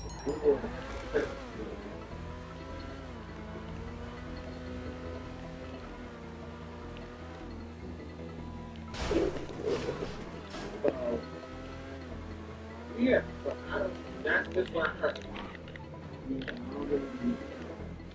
So, from what I can understand, while she was in her position, there was money that she was using to and this is how Kelly would get involved with so it's what I'm hearing about the book. Y'all go do your own research at home. So apparently, Saya having these connections to coin, he was able to, fund balls, put money on private balls. So this was the way it's sold is that money was given forward with people in the ball and she also got her SSS done. All of this stuff is happening at one time. All this money is invested in herself. Muslim, starts to walk balls, he starts to invest in balls, like to, control them, apparently. And so something happens between the way Kelly is economy, Reed has an interview with Kelly. And we also have an interview with also have an interview with Side. So that she has an interview with both of them. They just like to tell the story of both of them.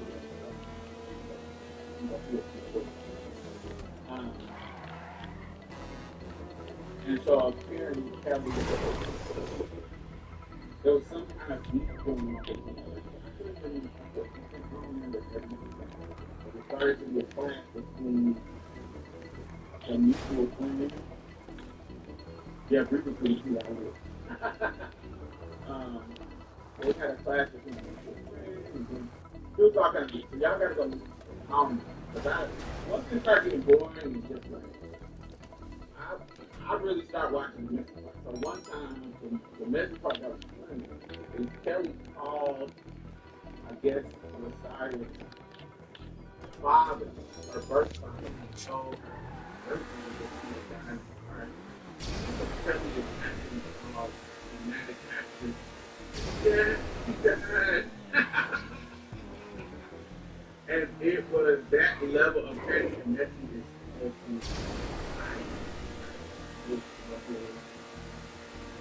and that's the type of stuff that is to me. They both don't like each other.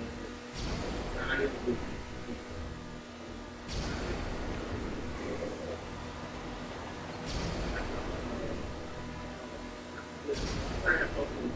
and this icon gave us apparently there was some show where Messiah was seeing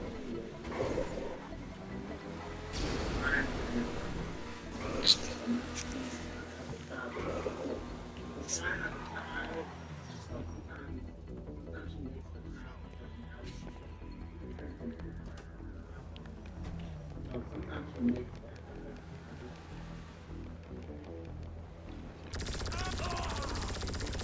they remix the video.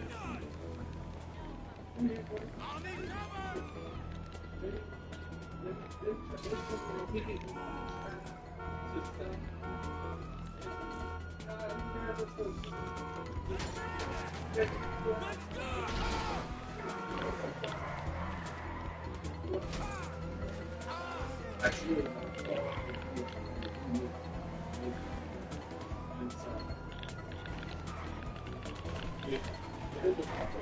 Because I don't know if her child is just believe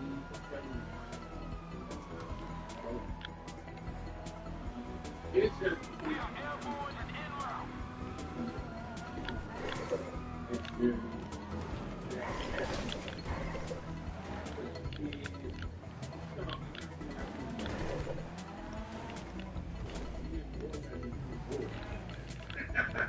ain't no respectability politics. It's very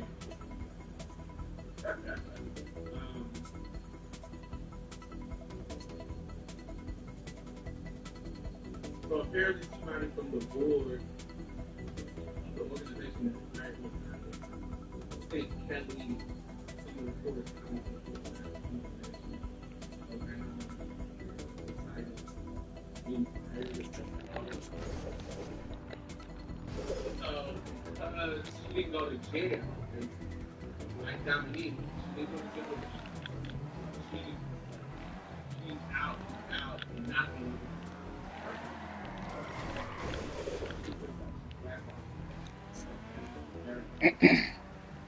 So it was a lot. It's a lot going on.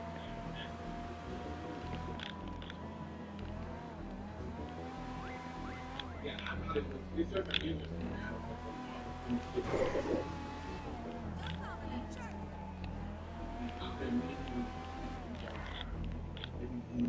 You know, it's a shit.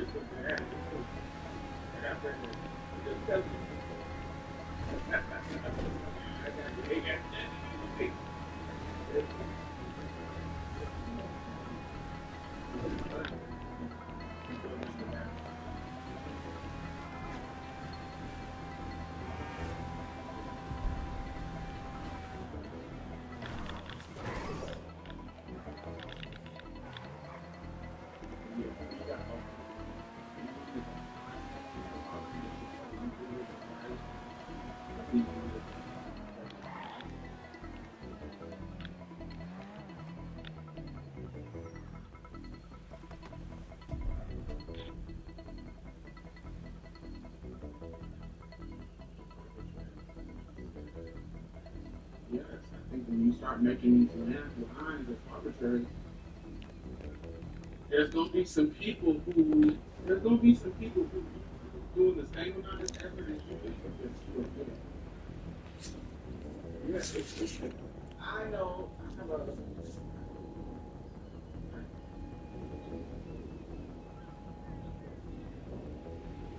You know.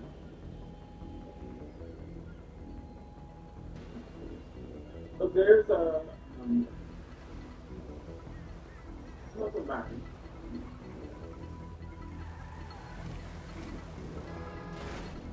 Somebody who they keep getting it or whatever. There's a medical reason that they keep getting it, but they live that every day. What they do.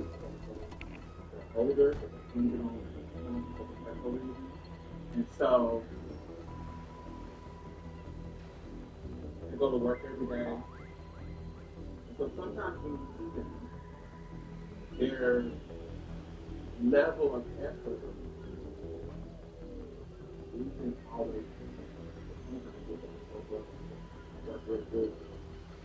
So I shave, but I ain't got no makeup on, so you might see a little bit of my mood. That's how we're going.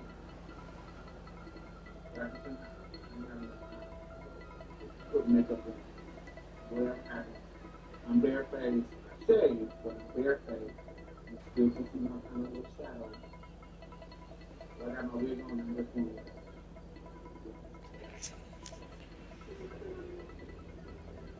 It's a good piece. I didn't know it was a good piece.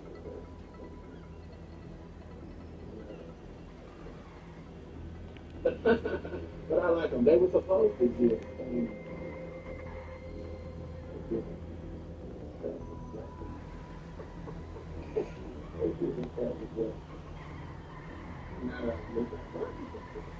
I'm wearing them. I don't believe it.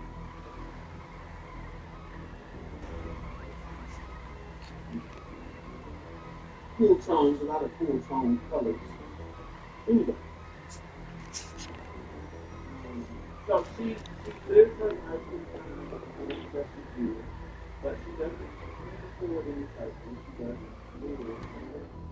Um, she doesn't pass up. But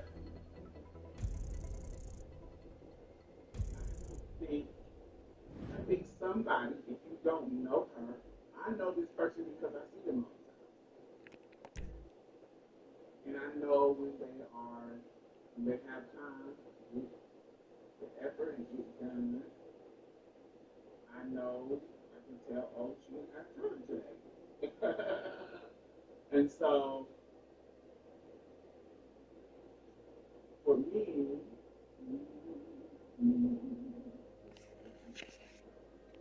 she's a perfect example of somebody who I don't want her to be mistreated just because she fails whatever litmus test that you have on her about being a trans. Whatever it is, however she fails, I don't think that should justify being bad treatment. I don't. And if you do, I think that you have to you're a trans person that holds the idea that somebody is justified treating this person that has just because you put in effort.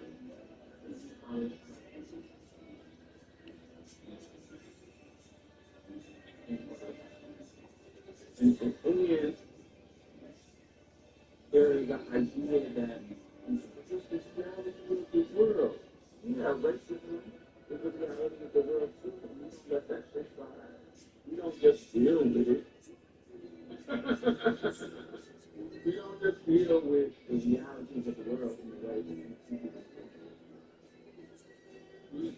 The patriarchy and misogyny is the reality of the world, but we don't just deal with it. If you just come up and it's bullshit, we call it out. It's fucking bullshit. Well, yeah, if you dress like that, you can expect the man to touch you. What you wearing around? What you mean? She's trying to think the man's not going to touch you. Yeah, I'm just saying. But you know, man, I know it's true.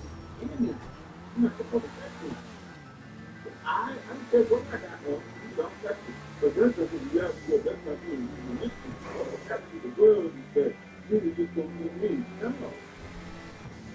That may be the reality that men are going to do for you. You have created a place in the world that you not. So I don't think that's right. And so, if a nigga touch me, I might go off. I don't care what I do. I might go off. He's not supposed to do it. That's not okay. There's not all but you. Because that's an analogy of what. Just because trans women is fine doesn't mean that she should be able to be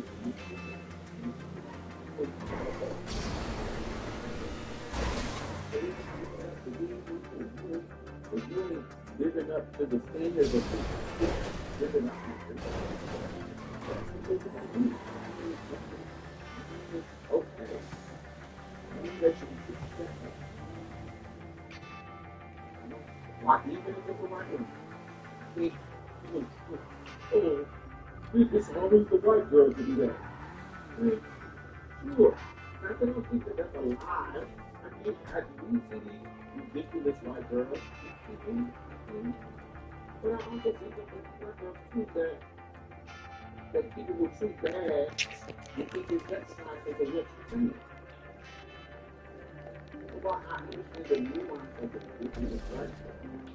You just gotta be some of them being performatively to be messy, and some of them will be just bricks, just like that. So, bricks. And if you allow certain called extreme because of you don't get extreme, you also have to do a particular and you have to do a particular. They open up the door for anybody to use the doesn't fit those particular industries.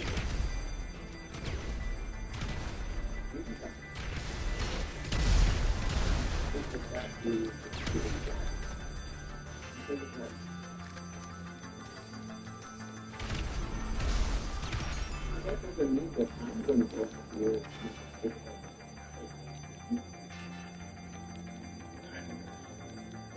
But I'm not going to ever be sitting justifying actions that are harmful to trans people. Just because this particular white girl or just because this particular word is just living up to the city. And I think that this is you. Because you are because as soon as you start doing this, talk about all things. You don't just talk about the ones that live you talk about all of them.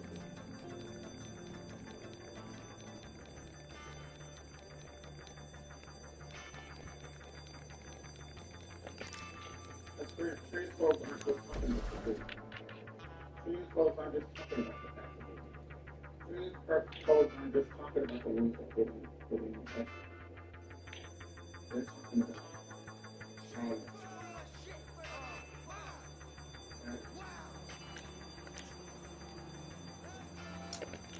That ain't gonna save you. They ain't gonna save you in the policy. When they say the policies about ID and things, they say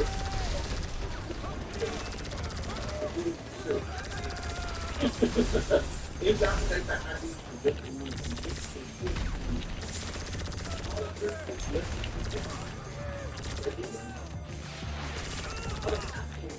listen to that.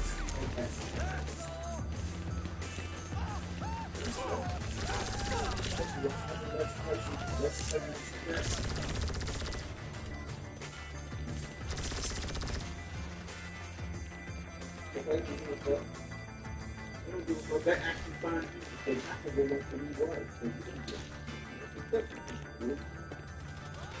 Roll up.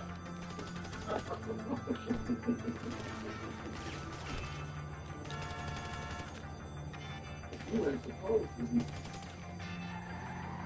looking with you with the past.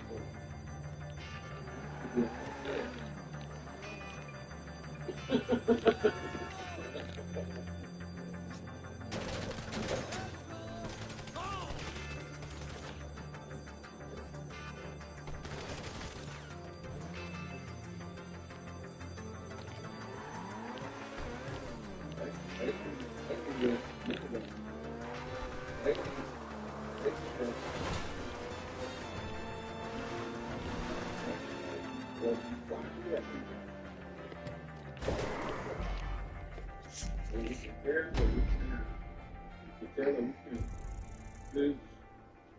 you is not what you say you are. All them surgeries, all them injections, all that fake stuff don't make you a woman. So get back, Satan, Satan's son. Get back in your place as a man. Which is crazy. Because if they try to go back, it's always crazy.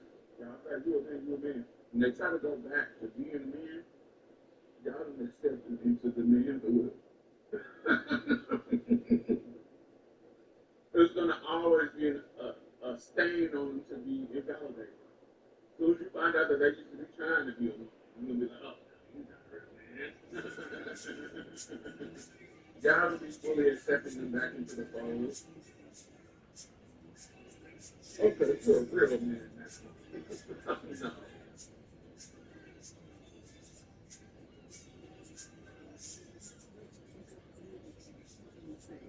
Can y'all link me to a successful detransition case that's being fully integrated into patriarchy? Y'all know who it is?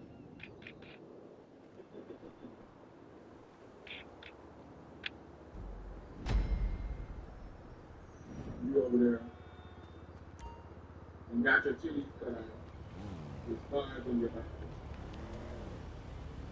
Looking like a deep tree. You looking for a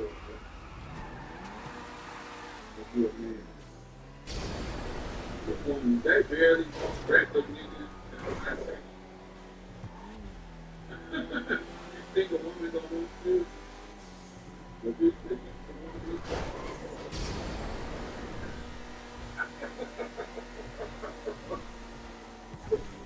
that's working out.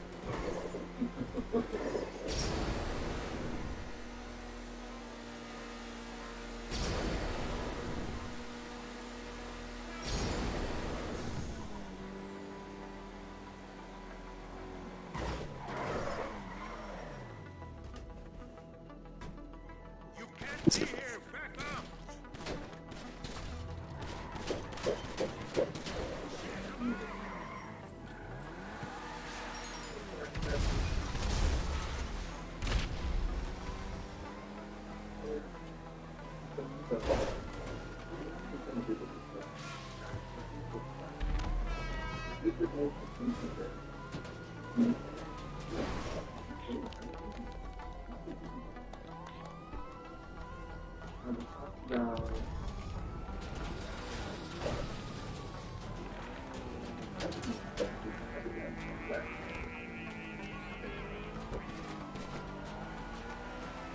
Yes, if you are like that, but you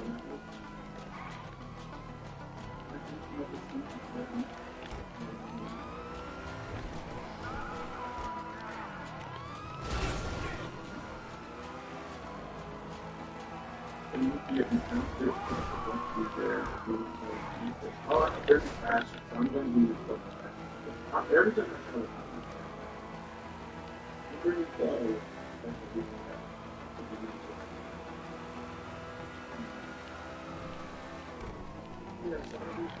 I don't know if I'll take it. I don't really do stuff like that. You really need to think that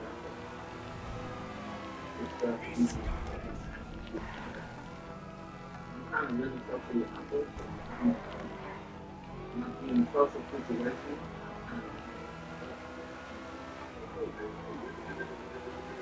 I'm performing.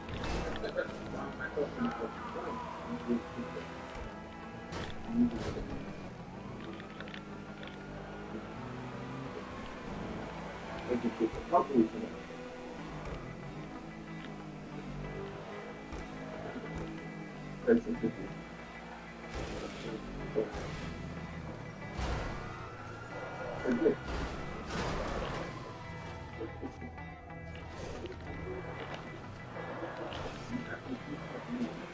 I don't know if I want to be. I don't know. Sometimes I don't like to be. When I'm in the midst of a bunch of girls, I don't like to be.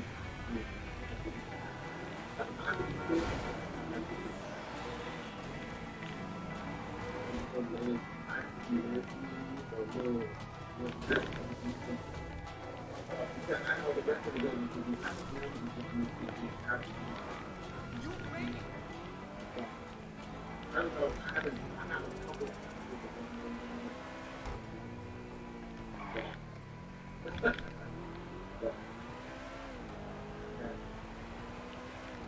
I got some things. Oh, man.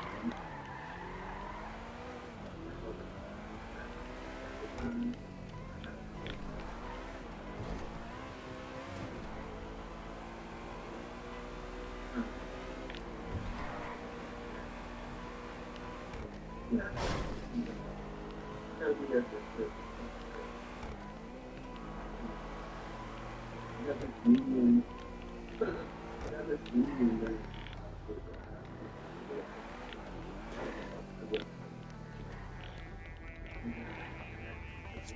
But I haven't decided. I'm getting out here happy, but I haven't ideas of the man so far.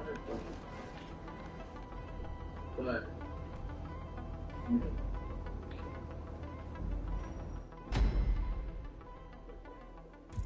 there is, but maybe I don't know.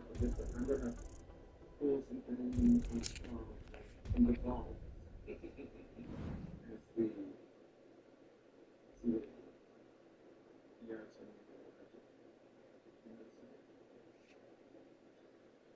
Yeah, thanks, y'all. I will talk to y'all later. Make sure y'all thumbs up if y'all are just now tuning in or watching it later. If you comment and subscribe.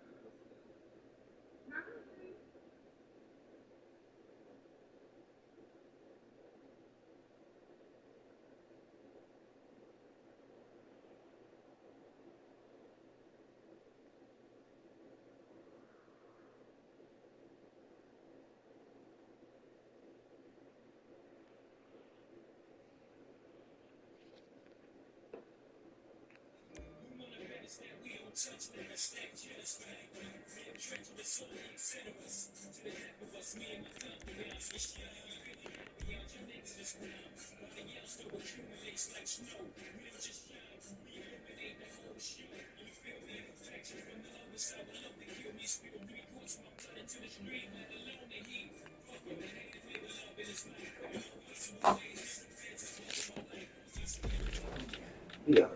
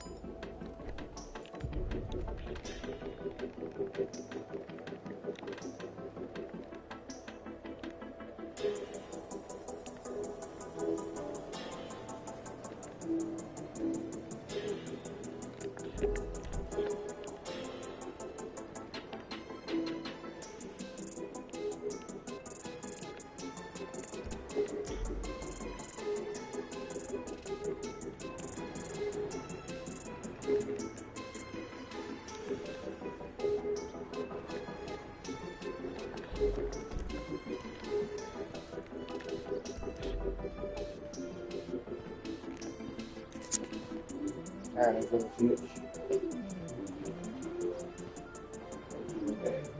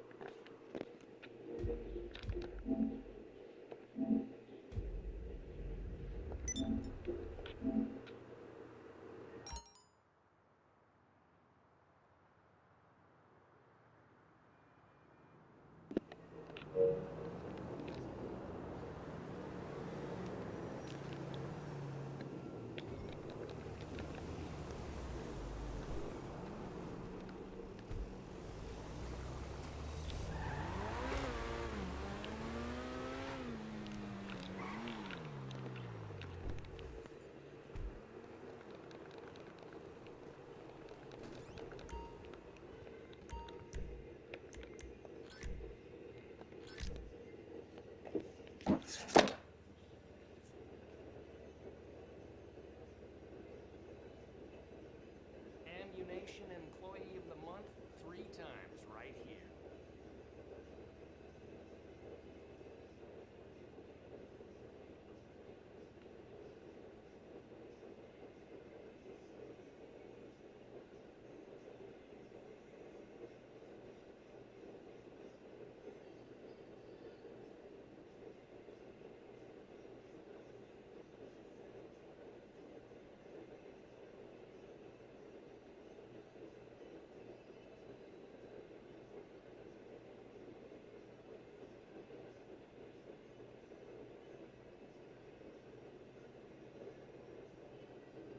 Hell of a selection, isn't it? You won't regret it.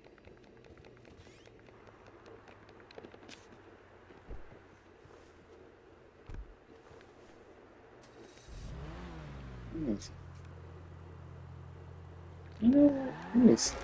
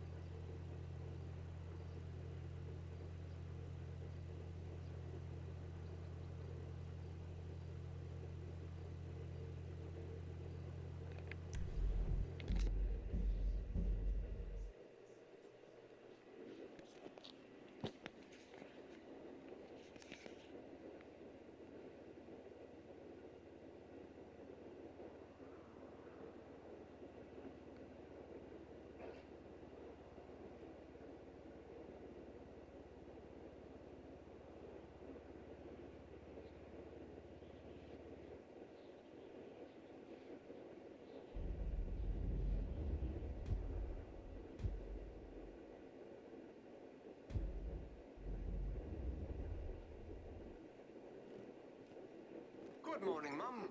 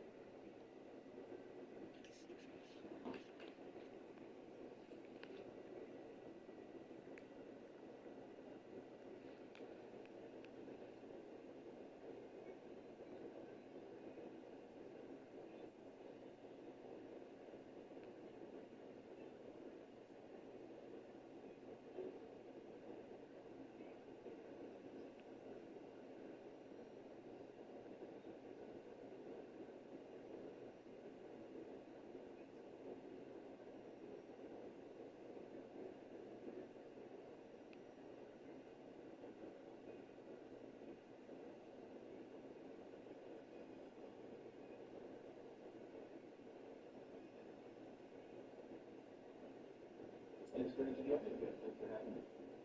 Why potentially indict a 94-year-old man? What's that about? Well, it's about continuing the pressure campaign to try to delegitimize the ruling regime in Cuba, try to make continued governance of the island untenable for the current actors, to force change on the island. Raul Castro is 94 years old. He's reportedly in frail health. But the crimes he's accused of committing are among his offenses go back 30 years ago. He shoot down the brothers to rescue unarmed aircraft in international airspace over international waters. And he's also accused potentially of drug trafficking, much like Manuel Noriega in Panama in the 1980s and Nicolas Maduro more recently in Venezuela. So there's a playbook here, and it seems as if the administration's following. Let's talk about the conditions on the ground. And we just heard the desperation from one of the mothers there. Describe what you're hearing in terms of what's happening, especially the fuel crisis.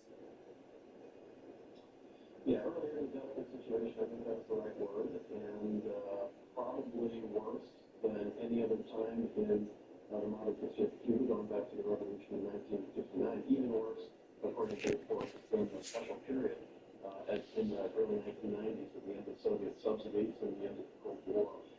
The unavailability of energy on the island, oil and gas, is really affecting transportation, it's affecting healthcare, it's affecting the daily lives of people, and it's also affecting tourism, which of course is one of the main revenue earners of Cuba, and the ability to gain hard currency to import products. So it's having widespread negative economic impact, and it's unclear how those circumstances are going to change. Mexico has tried to step in a little bit.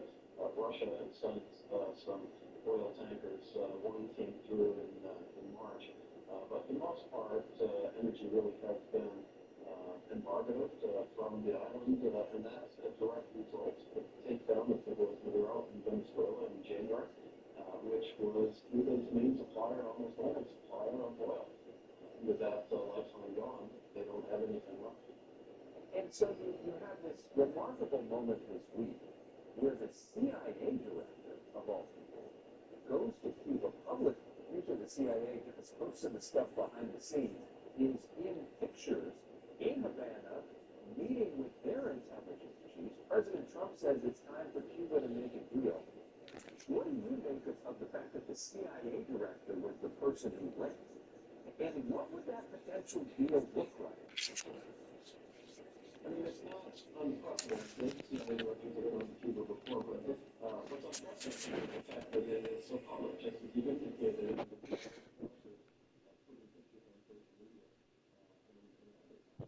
Very well to show that, first of all, the United States is engaged at the most senior level, but that what they're talking about is not just an easy transition, but some hard asks of the Cuban government. And no doubt, some of those would include the elimination of Russian and Chinese influence in Cuba. For example, the intelligence gathering base of Lourdes, which is a listening station to the United States.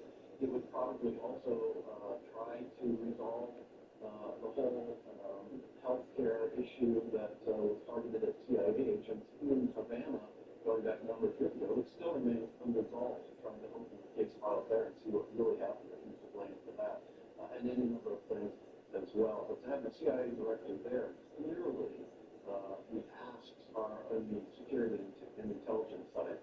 In terms of the transition, it would be something that is unprecedented, really, in the Western Hemisphere. I think you could probably compare it loosely to what Gorbachev did in the Soviet Union with perestroika and glasnost. At least I think that's what the administration is looking to try to bring about and to try to force that sort of change. Basically, to have a leader who unravels the entire system of government that has been there and brings the country into a new system of government because there is so much pressure. I hadn't thought of it that way before. It's an interesting comparison. We'll see if Cuba has their version of Gorbachev or if this becomes more of a military conflict. It seems clear that President Trump and certainly Secretary Rubio want to see some real change in Cuba. Eric Farnsworth, great insights. Really appreciate it. Have a great weekend. Thanks again for having me, Jerry, to join you. And this hour, we are following breaking news in Africa. President Trump says that the ISIS second in command has been killed in an operation in Nigeria. In a social media post about 90 minutes ago, he said that the U.S. and Nigerian forces had tracked down Abu Lal al-Manuki in a joint operation. The post added that ISIS's global activities are now greatly diminished. Last hour, I spoke live with CNN national security analyst Alex Pleitsis about Trump's announcement. We began to see movement of U.S. aircraft about a week ago in preparation for the operation here. This was obviously joined with the Nigerians. This is a pretty substantial operation because the African continent has become the epicenter of global terrorism, which has really not gotten enough attention from most folks. I mean, after 25 years of global war on terrorism, largely in the Middle East and Central Asia, both ISIS and Al-Qaeda leadership have largely moved to the continent. And so we've got big, significant terrorist populations that are operating in the Sahel region of Western Africa, which is sort of where this took place, in addition to Horn of Africa, which is where Somalia is, and then the Broward North Africa. So in this particular case, this was the number 2 for ISIS globally, who I'm being told now, I'm just going to read this to you coming in from leadership in Africa, was considered the ISIS organizational and financial mastermind. So this is a significant blow to ISIS and global terrorism. So this was planned for quite some time. This was a meticulously planned operation executed flawlessly, as the way it's described to me. And the number 2, leader for ISIS globally has now been taken out. Alex Pleitsis joining us last hour. Now to this, U.S. federal authorities have arrested and charged an Iraqi militant leader for attacks on Americans and Jews over the Iran war. Prosecutors accused the man of coordinating and planning at least 18 terrorist attacks in Europe, along with 2 attacks in Canada, and attempting to coordinate attacks in the U.S. as well as grouping others in retaliation for the war with Iran. Prosecutors say he is a commander of a U.S.-designated foreign terrorist organization based in Iraq. The group is also closely aligned with Iran's Islamic Revolutionary Guard Corps, which the U.S. also designates as a foreign terrorist group. CNN's Chief Law Enforcement and Intelligence Analyst John Miller has more details. You had an individual, al-Sadi, who was working for the IRGC, the Iranian Special Forces, seen here with Qasem Soleimani, the designer of the Iranian Axis of Resistance, where he recruited smaller groups, including al-Sadi's group in Iraq, to do Iran's bidding when called upon. And in this case, organizing the 18 attacks with Jewish targets, fire bombings, arsons, the burning of the Jewish ambulance corps in London was meant to sow fear and destabilization across Europe. Upping the ante was this plot to come to New York and to attack a New York synagogue, another in California, another in Arizona. CNN's Matthew Chance and his team got rare access to the site of Iran's Karachi D1 bridge, which was heavily damaged in deadly U.S. airstrikes in April. President Trump has warned that he could target more bridges in Iran, but for now, local officials say they are focused on rebuilding. We should note, CNN operates in Iran with the permission of the government, but maintains full editorial control of its reports. Directives of the tightly controlled Islamic Republic drove out of Tel Aviv, bustling and still tense, as anti-American slogans dawdled along the water. to the town of Camouflage, one painful scar left by the latest US Navy war. When finished, the B-1 bridge was meant to be a symbol of Iranian engineering prowess, the tallest in the region. And for now, it's become a battered monument to ruthless American air power. Wow, well, you really get a sense of the incredible destructive force that was at play with these US airstrikes that smashed this concrete and it twisted all this reinforced steel. Take a look so we can get closer, a bit closer to the edge. I mean, look at the concrete pylons that have been absolutely shattered. And down here, I mean, it's a huge drop of 400 feet. This was, as I mentioned, the highest bridge in the Middle East. And there were people down below who were caught up in it and killed. And the Iranian official who was sent to show us around insisted this targeting of infrastructure and the killing of innocent civilians was a war crime that should be punished. It's an allegation US officials categorically deny. The Americans say that this was a legitimate military target, that this bridge would have been used for the transport of drones and missiles, and therefore it was fair game. How do you answer that? That's a false narrative from President Trump. This bridge hadn't even opened. Not a single car had driven over. It was built for the use of our people and was just called a military target so it could be bombarded, demolished and destroyed. Back in April, Trump posted video of the attack on his Truth social platform, urging Iran to make a deal before it's too late. Now, after his state visit to China, there's still no deal. Trump is raising the issue again. Concerns the fragile ceasefire with Iran could soon break down. We haven't knocked down other than one bridge that we did because they misbehaved. But we have bridges we can knock down. We can knock down their bridges and their electrical capacity within 2 days. We can knock down the whole thing. It's a terrifying possibility. One that doesn't seem to be giving Iran much pause.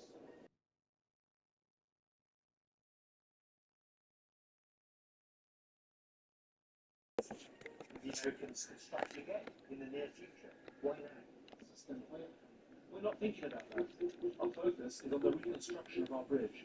It was designed and built by our engineers, despite many difficult years of sanctions.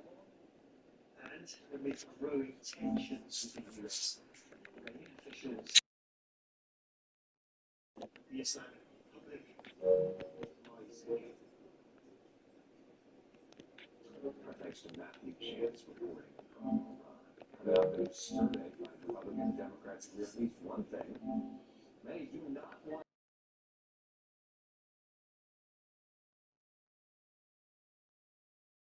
said one of the world's leading AI experts who weighs on that debate and a lot more in AI News. Plus, what's up with those Ray-Ban meta glasses that he's wearing and how they may be spying on me right now? Stay with us. Do you have a request, Mother? Micro habits, micro wins, even microdose GLP-1. And starting at just $99? Heck yeah. Now starting at just $99.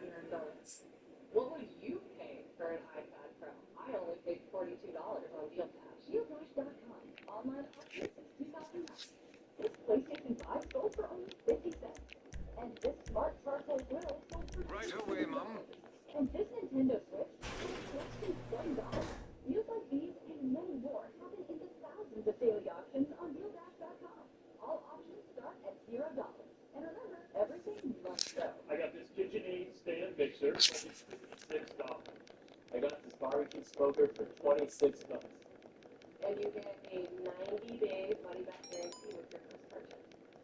This brand new iPhone sold for less than $42. And this DJI Pro sold for less than $21. $316. And shipping is always free. Go to DealDash.com right now and see how much you can save. They're offers going on right now. So what are you waiting for? You know, there's this thing called age, and it sucks. You're over 50. Imagine you could turn back the clock on your stiff achy joints by years. Introducing Instaflex Advanced. On tour, I can't let sore joints hold me up, so I use Instaflex Advanced. It's restored my joints without just temporarily masking my symptoms. When you can find a product that can take that away to the point that you can live your life again, that's a miracle to me. Get a complimentary sample of Instaflex Advanced just by texting GLEAN to 369-369. Instaflex Advanced targets the root cause of joint soreness and stiffness with a unique combination of 5 key natural ingredients found nowhere else. The key ingredients backed by 5 clinical studies. I deliver mail, walking 2 to 3 miles a day, up and down hills, stairs. It was killing my knees. I found out about Instaflex on television, so I tried it, and within 5 days, my knees felt better. I had trouble with my shoulders, elbows, and Instaflex has turned back the clock a full decade for me. Instaflex Advanced is the #1 selling joint brand at GNC, but you can only get your complimentary sample by texting GLEAN to 369-369. Plus, text now, and we'll include a tube of Instaflex pain cream absolutely free. My knees feel better, my elbows feel better, my shoulders feel better. Good afternoon, Can't Mum. beat that. I got that spring right back in my step again. I would Ask recommend away, this Mum. product to anyone with joint discomfort. Of course, Mum. It will change your life. It did for me. Instaflex Advanced is so powerful, I had better knees in just 1 week. You gotta try it. Instaflex Advanced is the #1 selling joint brand at GNC, but you can only get your complimentary sample by texting GLEAN to 369-369. Plus, text now, and we'll include a tube of Instaflex pain cream for fast-acting relief in the pain of arthritis, backaches, and sore muscles absolutely free. Guys, how frustrating is it to find a great pair of jeans? They never have the right color, style, or size. Too tight here, too loose there, too long here. I have the perfect solution for you. M. Taylor Custom Jeans. Stop spending hours trying stuff on. Download the free M. Taylor app on iOS or Android. Standard jeans you just couldn't find. M. Taylor Custom Jeans have 7 different measurements to give you the perfect fit. Design your own custom jeans for just $79. Just for fun size. Delivered right to your door. Download the M. Taylor app. M. Taylor measures you digitally. Use 20% more accurate measurements. All for fun. It is so easy to measure by the tape. It says less than 30 seconds. That's what my information is. They can play Suits. Your phone can measure you right now. For free shipping and in-app guarantee, that was $79. Get your new favorite pair. M. Taylor, available now on Android and M. Taylor. I'm going to show you Vidya on artificial intelligence data set with Americans. Vidya helps us find 7 with a post It's concerns about environmental impact, like living building, agricultural living, and conditions across the party line. Joins of both Republican and Democrats as dedicated data centers. International artificial intelligence expert Chris Matman joins us live now to discuss more on this topic. Chris is the nominal chief AI officer at the University of California, Los Angeles. Welcome, Chris. Good to see you. So let's first off just sort of break this down. What is a data center, and why does it take up so much energy? Yeah, Alex, so artificial intelligence is what everyone's talking about today. Data centers power one really significant. Upgrade your wardrobe and finally become the person you believe yourself to be. Stop by the casino store and treat yourself. The training, the teaching, the staff training,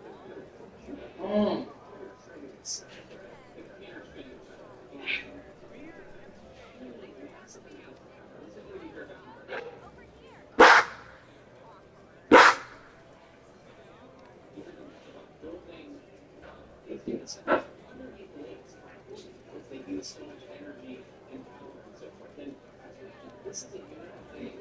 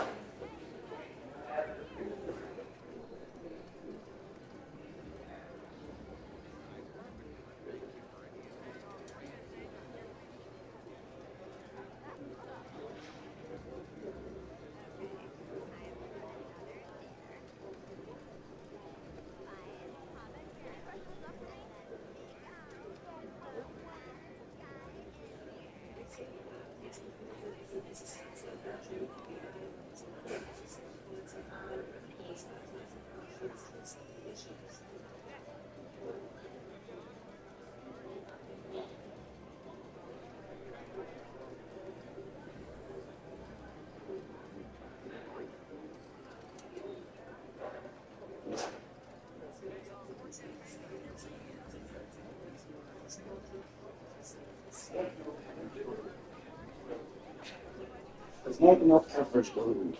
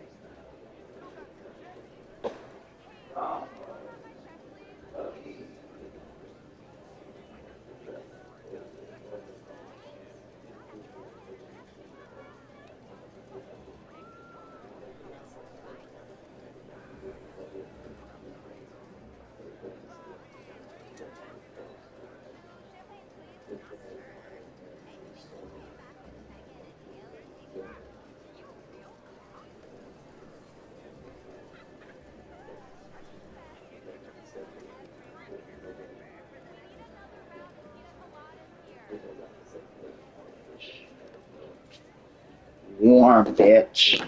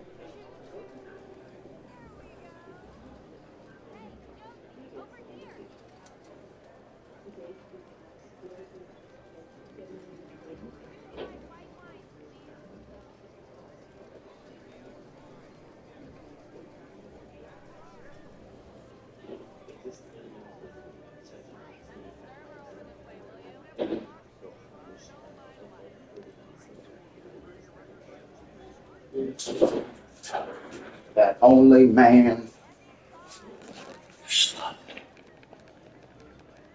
Spirit in a man. Only man. Welcome. Here you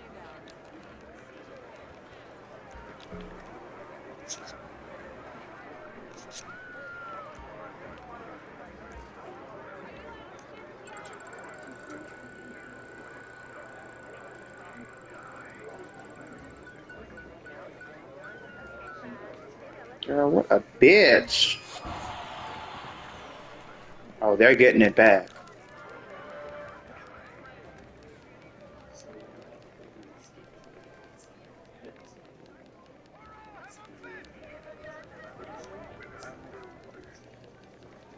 That only man.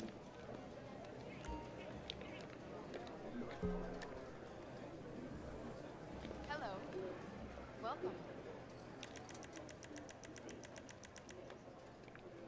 All bets are closed. Best of luck, everyone. 17. 10. You want another? 20 here. Win for the dealer.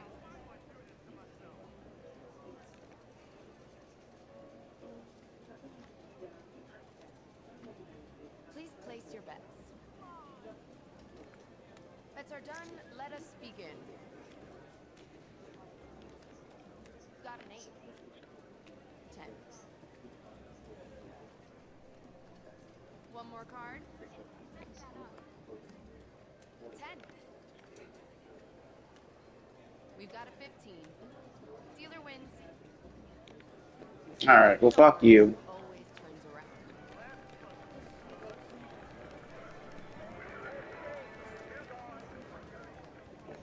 Enjoy. Don't be reckless.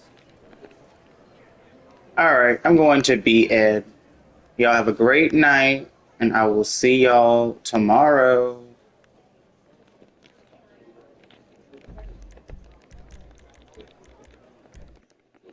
Well, actually.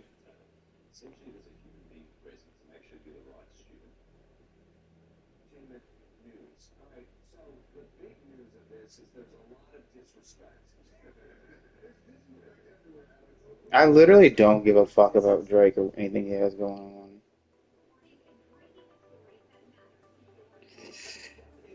Alright, y'all. Have a great night.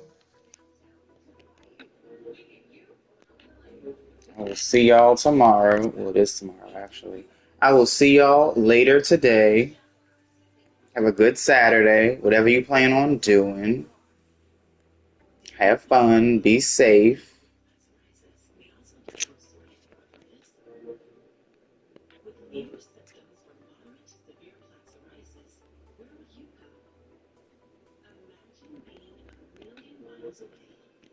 Make sure to brush y'all teethies before you go to bed.